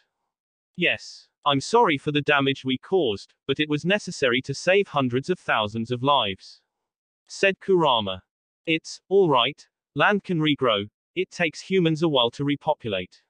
I rather have destroyed land than people dead," said Minato. Fu looked over Naruto and smiled at him. "It's time to go home, Naruto-kun," she said. "No," yelled Naruto, gaining everyone's attention. I won't be defeated," he said. He slowly got up from the ground, but his arms were hanging down. He winced with every move that he made. "Please, Naruto-sama, stop this," said Haku. "It pains us to see you like this. It's time to come home and regain your health." "Fuck you," he said, and Haku's eyes widen. "I won't stop. I won't until I see Konoha in flames," he shouted out as he ripped his hoodie off of him. A seal ray started to consume his body, marking all of his skin. "What are you doing?" said Kurama with a growl. She had never seen this before. Naruto still had tricks up his sleeve. "Always. Emergency seal," he said as he slowly ran through hand signs, yokai seals. "Seat 4. Release," he shouted. The seal all on his body glowed red, before fading away. Everyone was blasted back as yokai exploded from Naruto. The yokai formed into a fox over Naruto, giving him a demonic look. "You think you won," shouted Naruto with an insane grin. "The battle just started. H-A-H-A-H-A-H-A-H-A-H-A-H-A-H." He laughed. A red light consumed Naruto as he started to grow. His tails were seen growing larger and larger. They wrapped around Naruto's body as the light continued to get brighter and brighter. "Run away," shouted Kurama. "He's entering his Biju form." The light started to grow, making the ninjas think that there was a second sun on them. When it died down, it revealed a very large fox. Its fur was a deep crimson, with 9 long tails. On its head was a blonde patch of hair. The blonde hair ran down its neck, on top of its spin, and split 9 different ways when it reached its tail. The fox had large teeth that were razor sharp, and black eyes, an endless abyss of pain and suffering. Where are you, Kurama? Shouted Naruto, now in his final Biju form. Fu-san, are you ready? Shouted Kurama. Hi, me and Chome-san are ready to go. Shouted Fu. Good. Let's go. She shouted out. A red light enveloped Kurama while a green one took over Fu's form. When the light died down, Kurama was in her Biju form, as well as Fu, now Chome, the 7-tailed beetle. You won't win, growled Naruto. He winced in pain as he felt his mate Mark throb in pain. Good, the mark still has its effect on him even in this form. If we can just outlast him, then we'll win, said Kurama to her sister. All right, big sis. Time to save your boyfriend, said Chome. This isn't time to play Chome, shouted Kurama. All right, let's get serious, shouted Chome as she took to the air. Let's go, Naruto-kun, said Kurama. We'll see who will outlast the other for sure, said Naruto with a grin as he charged at Kurama. Wave ninja, she shouted out, gaining their attention. While I'm busy with Naruto, you do anything you can to slow him down, she shouted as she tackled Naruto. You heard her. Time to show off our skills, shouted Karen as golden chains came from her back. You two ready? She asked Tayuya and Fuka. Yup, let's fuck this fucker up, shouted Tayuya as golden chains came from her back as well. When this is over, Naruto-kun will realize the love that he has for me, said a happy Fuka as golden chains came from back as well. They're Uzumakis, shouted a surprised Kushina. Yup, you Konoha bitches can just sit back and watch as the real strong ninjas fucks up this shit, said Tayuya with a smirk. Let's go everyone, shouted Karen as she charged forward, everyone following behind her. Kurama and Naruto were slashing at each other, trying to claw out each other's eyes. They were using any and every strategy they could, but Kurama could tell that she was slowly being overpowered. Come on, Kurama, show me your power, shouted Naruto as flames shot from his mouth and flew towards Kurama. You want it so bad? Have it, she yelled as flames came from her mouth as well. The two flames met and an inferno of flames was created in between the two Biju. Naruto started to gain ground, but was knocked over as Chome tackled him down to the ground. Go, Kurama-chan, shouted the overly sized Biju. Kitsune's secret art. Flaming Inferno Blast, she yelled and more flames erupted from her mouth. They hit Naruto with searing temperatures, burning his skin. Ahahaha, yelled Naruto as he was on the receiving end of the attack. Now, shouted Kurama. The 3-wave Uzumaki sent their chains around Naruto's form, trapping him down to the ground. Get off of me, shouted Naruto as he tussled against his binds. Jirobo, Jugo, you're up, shouted Karen. Jugo was flying down towards Naruto, holding Jugo while doing so. They landed on Naruto's stomach, ready to launch their attack. Crumbling palm. The two shouted as they used their palms and pushed it against Naruto's stomach. Naruto coughed up blood as he felt some of his ribs crack at the attack. He sent his yokai to the chains that held him down, making them go slack. He lifted himself up, so see Chome circling above him. Here I come, shouted Chome as she charged at Naruto. Naruto smirked before jumping in the air and curling up in a ball. He covered tails in flames and swatted Chome out the air, making her catch fire and land on Kurama. Ah, fire, fire, fire, get it off of me, shouted Chome as she panicked. Time to end you, shouted Naruto as a ball of flames was made in his mouth. Not today, Suten, great waterfall technique, shouted Zabuza as he manipulated the water in the air and made it rain on top of Naruto's head. It doused Naruto's attack, but did very little as Naruto was many times larger than the attack. You annoying humans, shouted Naruto as he looked down at the wave ninja. He opened his mouth quicker, fired a large fireball. Incoming, shouted Kin. I got it, said Dosu as he channeled a very large portion of his chakra to his arms. He jumped up to the approaching fireball. When it was close enough, he shouted. Sonic boom, he yelled. Sound waves hit the fireball and pushed through it, making the flame dispel. The sound waves kept traveling to Naruto's face, hitting him in his face. "Ah," said Naruto as he felt drowsy. Another pain went through his body as his mark throbbed again. "I have to end this," shouted Naruto in his mind. He turned his head and saw Konoha not too far from where they were. He gained a mad grin as he started to gather chakra into his mouth.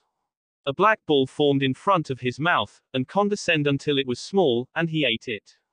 "Zabuza!" shouted Kurama. "All right," he yelled as he ran up to Kurama's tail. He ran up Kurama's body, and when he made it to the tip of her nose, he jumped off, channeling chakra to his sword. Smoke started to come from Naruto's mouth, signaling that he was ready to release his attack. All of his tails straightened out as he finally opened his mouth, a black missile coming from his mouth. "Biju bomb!" he shouted, his sights on Konoha. Zabuza was in front of the quickly approaching attack, and he was scared out of his mind.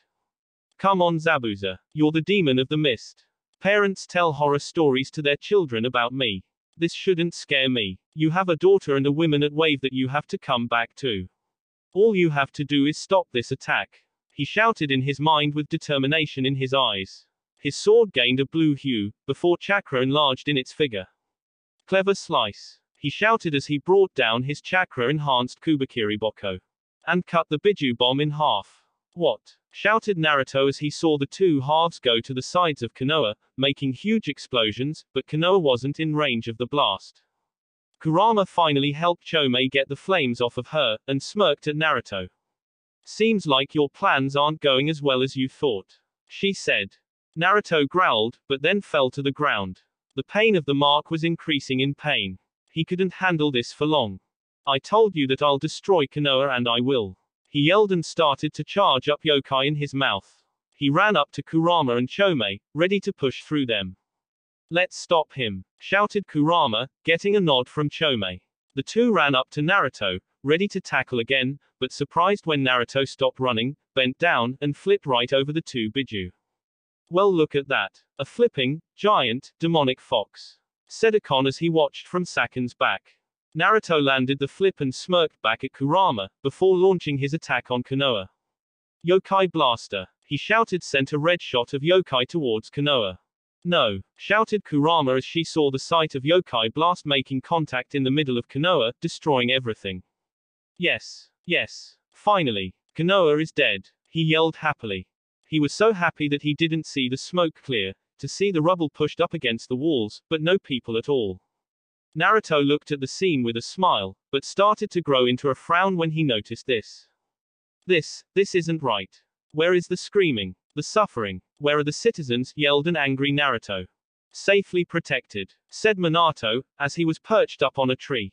"I evacuated them to safe bunkers away from your assault," he said with a smirk. "You said to be ready, so I was." "You aren't mad, are you?" said Minato with a weak smile. Naruto howled out at Minato. "Minato, this is the last time that you see daylight," shouted Naruto as he sent another yokai blast towards Minato. "You know," stated Minato as he reached for a three-pronged kunai, "if I had another chance with you, I would make sure that none of this ever happens again," he said as he put the kunai in front of him. "I remember that," shouted Kurama in her mind, remembering the same position he was in 16 years ago when she was forced to attack Konoha. "Flying Thunder God, Guiding Thunder," said Minato. The yokai blast met a large ceiling array and started to go into it, until it vanished altogether. There were some of Minato's kunai right underneath Naruto, and the yokai blast came right from them, hitting Naruto's underbelly. It exploded upon contact, swallowing Naruto in the explosion. Was all that was heard from inside the blast. Naruto must have put a lot of chakra behind the attack, seeing as the blast lasted for a good minute. The smoke cleared to show a battered and bruised Naruto. Patches of his fur was missing, and he was bleeding from many cuts on his body. There was no getting up from that. "Naruto-kun," whispered Kurama as she walked up Naruto and started to sniff him. He was still alive, which was good, but he was heavily damaged. "It's time to stop this, Naruto-kun," she whispered. "No," he shouted out, scaring Kurama. He hit Kurama across her face with his tails, making her fly back and hit the ground. "Kurama-chan," shouted Chomei as she went to go tend to her sister. "I won't stop," I told you that. You won't hold me back. No one will. I shall prevail. Naruto was cut off as a searing pain erupted from the side of his stomach. He looked down to see a purple arrow impaled in his stomach. It's time to stop this, Naruto, shouted Sasuke as he finally made it to the battlefield. A purple armor covered his whole body, and on its arm it held a bow, in the other another arrow was being made. Uchiha, growled Naruto. It seemed like he couldn't catch a break with these people. Everywhere he went there were more problems that stopped him from his revenge. Naruto started to twitch, until he fell down, succumbing to the pain that was going through his body. You, said Naruto, where were you? With my brother, explained Sasuke. He knew of your plans of destroying Konoha, and had to stop you. He couldn't stop you, though, because he was dying of an unknown disease. He passed on his power to me, knowing that I would be the one stop you. Really? Said Naruto. Did he say that you will die in process? Asked Naruto as he used one of his claws to slash at Sasuke. He was surprised that his claws didn't pierce through the shield, but just swat Sasuke away. Damn, I'm hurt bad, said Naruto as he got back up on all fours. He started limping his way towards Konoha, but Kurama and Chome blocked his way. All of the wave ninja were on the Biju's backs, ready to keep fighting. Naruto-kun, just give up, said a sad Kurama. Can't you see what you're doing to yourself? Everyone hates seeing you like this. She shouted. I don't care. I must keep going. Naruto wheezed out. Sasuke landed on top of Naruto's snout and flashed his Mangekyo Sharingan at Naruto's empty eyes. Tsukuyomi, said Sasuke. Naruto's eyes instantly widened, before he fell down to the ground. Tsukuyomi realm. Naruto, in his regular form, was in a room. He looked at the wall to see pictures. Pictures of everyone he knew. Those he met in Konoha, Kurama, his old family, his new, the Wave Ninja, the Sand Trio, Mr. Reset, the Akatsuki members. Everyone. In the middle, there was a picture of him. Him as a 6-year-old, frowning. Sad. Lonely. You had it rough, said Sasuke, as he appeared next to Naruto. More rough than anybody I ever known. I can't even compare my life to yours. You had to go through all that pain. Alone, even when you thought you had someone, they only betrayed you in the end. Said Sasuke. Yes, that is why his wish to kill them all. Said Naruto, still looking at the picture of him in the middle. It seemed like that was so long ago. Yeah, I understand you, but what about the people that you care about? Asked Sasuke, not even looking at Naruto. I have no one that I care for, said Naruto with a glare as he looked over at Sasuke. Stop lying. You know deep down that you care for those people that you saved. You made bonds, but you were running away from them. You're scared, aren't you? Asked Sasuke as looked at Naruto's wide eyes. Scared? Asked Naruto. Scared of being betrayed again, aren't you? Said Sasuke with a small smile. Naruto backed away from Sasuke. No, I have no bonds. There is no such thing as love, friendship, no of that. It's all lies, said Naruto. That mark on your shoulder is proof that what you are saying is wrong, said Sasuke. Naruto covered up the mark and snarled at Sasuke. What do you know? He shouted. You aren't me. You haven't lived my life. You don't understand me and neither does anyone else up there. He shouted as he pointed at the wall. Really? Said a voice behind him. He turned around and his eyes widened when he saw a 6-year-old Naruto. His blue eyes, small frame, spiky blonde hair. What are you doing here? Asked Naruto. He looked back at Sasuke, but he wasn't there. The room turned in an all-white space that seemed to go on forever. You say that no one can relate to you, but what about me? Asked the young Naruto. Quote. You can't answer me. You can't even answer yourself. You are me, you do know that. Before all the power, before becoming a demon, before saving Wave, before being put of a Genin team, before meeting Kurama-chan, before being locked up for 2 years, before killing all of those people. We were weak, scared, confused, worried. Isn't the same emotions going through your heart right now? What's the difference between you and me? Asked the younger Naruto. Quote. You're weak, you do know that. As of right now, I am stronger than you. Unlike you, I wanted to survive and beat those that stood in my way, but I had to fight those stronger than me. The ninjas in Konoha, starvation, sickness. All of those were stronger than me, but I prevailed. I showed him that Naruto Uzumaki Namikaze kept getting up, said the younger Naruto. And when we met Kurama, said another voice. Naruto turned his head to see a 10-year-old Naruto. We were stubborn. We fought her because we wanted to live the life that we wanted, not what she wanted. Even through all the pain, our mind was set on one thing. Freedom. And when we were chained down, twice, said another voice, a 12-year-old Naruto appeared. We broke free. We also sealed Kurama-chan back in her seal. Even if it was for a little while, you felt free. For that short time, you were the happiest person in the world. You shouted out that you were free, and actually believed it. You want that again, don't you? Asked the 12-year-old Naruto. Naruto looked away from the group of younger Narutos, looking down at the ground instead. Yes, but it won't happen again. My life is set, there's no fighting what I was made for, said Naruto. Do you hear yourself? Shouted another voice, a very familiar voice. Naruto looked up to see Kurama, tears flooding down her eyes. You stood up against me. When I wanted to hold you down with my influence, you still fought on. Who on this world had the balls to face the Kyuubi no Yoko in the eyes, and tell her no? No one else. Only you, Naruto-kun. Only you, she whispered. You are unlike anyone else. You were told to be a failure, but are possibly the strongest person on earth. People thought that you would spend the rest of your days in a cell, made by Minato Namikaze and Jiraiya, two of the best fuinjutsu users in the world, but broke out, twice. You were told, by me, that you didn't have a will, that you were to only listen to me, that you were to only love me, and even then, you changed what I expected out of you. You have a family, that you made, and they all look up to you. Seeing you like this is killing them, so why do it? Why hurt the people that you care for? Shouted Kurama. Because, yelled Naruto, they'll just turn their backs on me. Sometime in the future, they'll turn their backs on me. Betray me. Just like Ayami Ne-chan and Tsukijiji, whispered Naruto.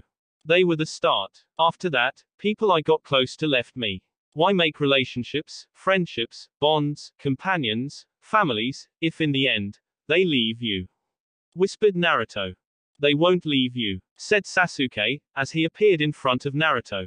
We are out there, trying to bring you back. How much proof do you need? They love you, and they wish to be with you, said Sasuke. Suddenly, everyone that was in Wave, Sakura, Gamakichi, Gamatatsu, Inari, Old Man Tazuna, the citizens of Wave, appeared in front of Naruto. Come on, Naruto-sama. Let's go get some drinks. Appreciate the work on the bridge today, Naruto-sama. You want to just chill in the park today. It's such a nice day. Ah, the beach. I'm telling you, Wave has the best beaches, don't you agree, Naruto-sama? Do you want to listen to me play my flute, Naruto-sama? I know that the music calms you down. Grab a plate, Naruto-sama. We have loads of meat and oranges just for you. Naruto looked up at the people, close to tears. He looked up to see Tsunami's, his Car-chan, smiling face. What are you waiting for? Come on, she said with her angel-like smile. She held out her hand for him, wanting him to take it. Naruto looked down at the hand. He looked at his own, before slowly, reaching up to grasp it. Back on the battlefield, Naruto opened his eyes, seeing the sun shine down on him. He looked up to see Sasuke still on his snout. Kurama and Chome were still in their Biju forms, ready to keep on fighting. The Wave Ninjas were also ready, drawing their weapons just in case Naruto kept fighting. I'm alright, Uchiha, said Naruto. Sasuke smiled, before he jumped off Naruto's snout, going off to find the Konoha ninja. Naruto-kun, asked Kurama. This will be my last attack, said Naruto, surprising them. You say that you will do anything for me, then prove it to me one last time.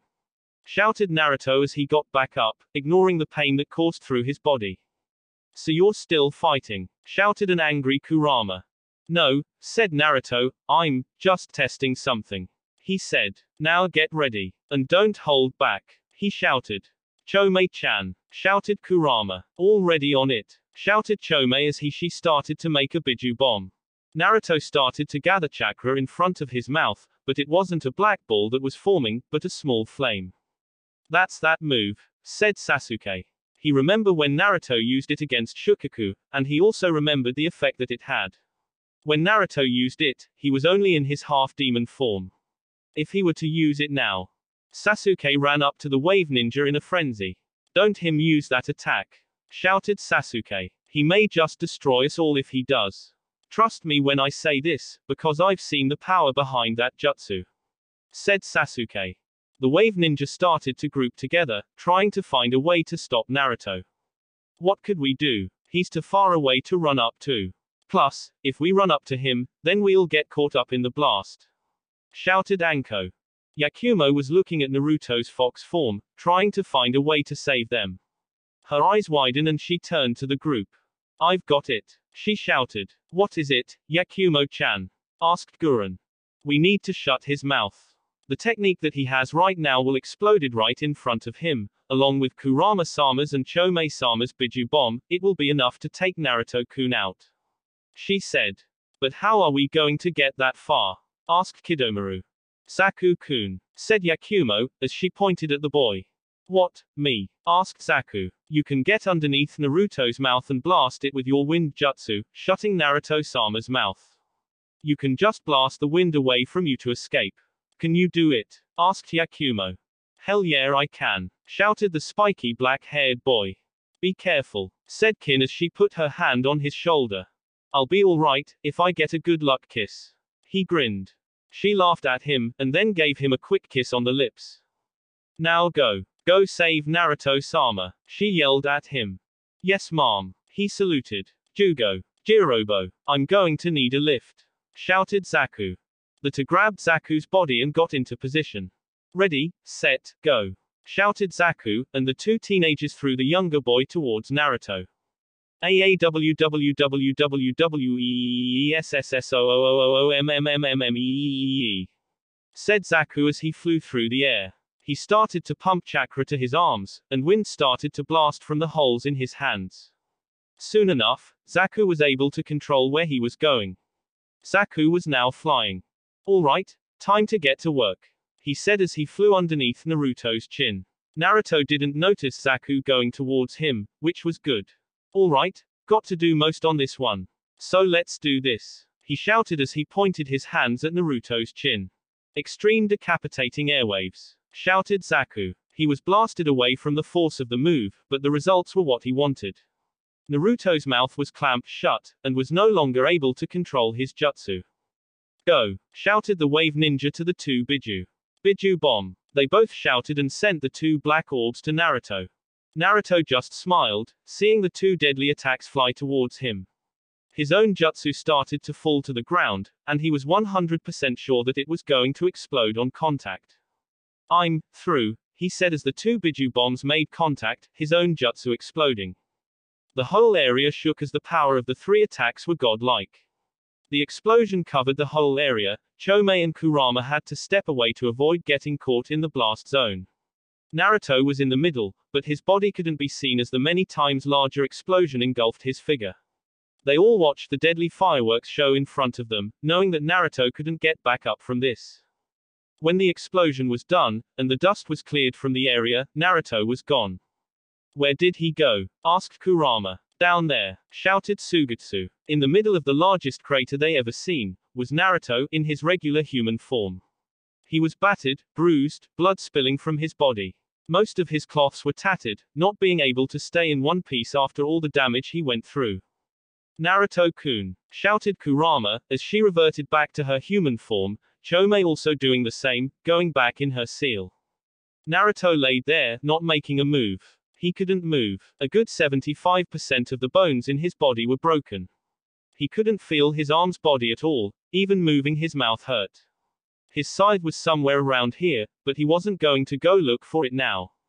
He heard feet hitting the ground and knew they belonged to Naruto-kun, shouted Kurama as she slid down next to Naruto, making sure he was all right. Kurama-chan, he muttered out, making her smile. Yes, it's me, Naruto-kun. We're going home, she said. I'm so sorry for everything, he wheezed out. It's all right. I was the one that caused this. You were just doing what you were told to do all your life. I'm sorry for being such a bad part of your life. Kurama cried out. No, best. Naruto said before going into a coughing fit. Naruto-kun, we need to take you home now. She shouted out with tears trailing down her eyes. No. Wait, he said. All of the wave ninjas surrounded the couple, wanting to see their leaders. I can heal him, said Karen, stepping up. No, I shall heal. Naturally, said Naruto. Why? We can help you get better quicker, asked Kurama. I need to remember what pain is, he said. There were more feet landing on the ground, and all of Konoha ninjas walked up to the group. Stand back, said Gurren, making a crystal sword. We aren't here to cause any more trouble, said Minato, who was leaning on Kushina. He was suffering badly from chakra exhaustion, and couldn't stand on his own. Gurren glared at them for a while, but then dropped her guard. Is it over? Asked Mito. Yes, I yield. Naruto gasped out. So are we good? Can Konoha and Wave be allies? Asked Minato. No, Naruto answered immediately. I still hate Konoha, with every fiber in my body, he said. He then looked up at Kurama, giving her a small smirk. But I won't destroy it. I've seen what revenge has done to me. Good, you fool, Kurama whispered out as her tears started to fall on Naruto's cheek. Uchiha, pink-haired girl, Naruto shouted out, making him cough again. Come here. Sasuke and Sakura walked up to Naruto, the wave ninja making a pathway for them. When they made it to him, they leaned down over him. What is it, Naruto-kun? Asked Sakura. You two were my first friends, he said, getting a shock out of them. Please, forgive me for everything I've done. It's all right, Naruto. You've realized what you were doing is wrong. I'm glad that we have you back, said Sasuke. Good, he said. He looked up to them with a serious look on his face. Sasuke-san, Sakura-san, he said, making their heads shoot up. Never called them by their first names. Ever. Go into right pocket, he said. Sasuke went to Naruto's right pocket in his cargo pants, and pulled out a kunai with the kanji for 9 on it. Naruto's Harishin symbol. Keep it for when you need help. Send Chaka to it, and I'll be there, he whispered. Thank you, Naruto-kun, said Sakura. She put her hand on Sasuke's back. You come back sometime to visit me and Sasuke-kun, she said. Ho, Sasuke-san, and Sakura-san, dating? Asked Naruto. Yes, we are. It's because of you that I stopped my fangirlish ways, making Sasuke-kun like me back, she said with a smirk. Yeah, I started to catch feelings for her. Just a little bit, said Sasuke, making Sakura punch him in his arm. About time, Naruto said. I was wondering if the Uchiha was gay. Naruto joked. You and jokes don't mix, Naruto, said Sasuke with a smile. I won't do it anymore, he said. Wave ninja, he shouted, coughing out again. Kurama cuddled his head in her lap, making him more comfortable. Hi, they all shouted. I'm sorry, plural, please forgive me, he said. It's all right, Naruto-sama, we can never get mad at you, said Pakura, all of the wave ninja agreeing. Naruto looked up to Kurama, seeing her smiling face. He had to smile as he said, I love you.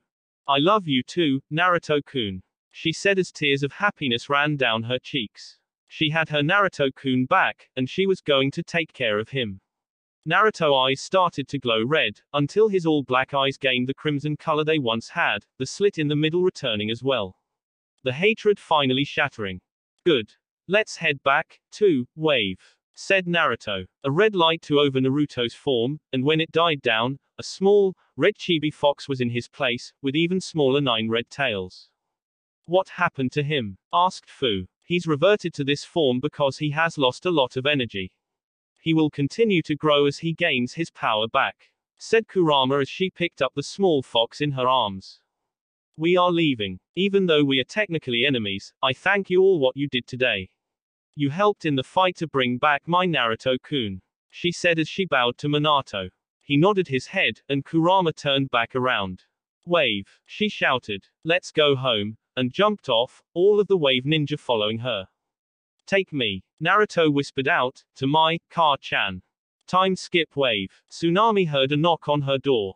She was just about to wash the dishes, but didn't want to keep whoever was at the door waiting. When she opened the door, she saw Kurama standing there. Kurama-chan, she asked. What are you doing here? Kurama didn't say a word, but just handed the red little ball of fur to her. She didn't know what it was at first, but when she realized that it was a baby fox with 9 tails, her eyes widened. Chan, said Naruto. Sochi, she asked with tears in her eyes, glad that he referred to her as his mother. I'm sorry. Tsunami started to openly cry out, glad that Naruto was back to her. It's alright, Naruto. You're back where you belong. That will be it for this video. If you want more, comment down below, like, subscribe. And see you guys later.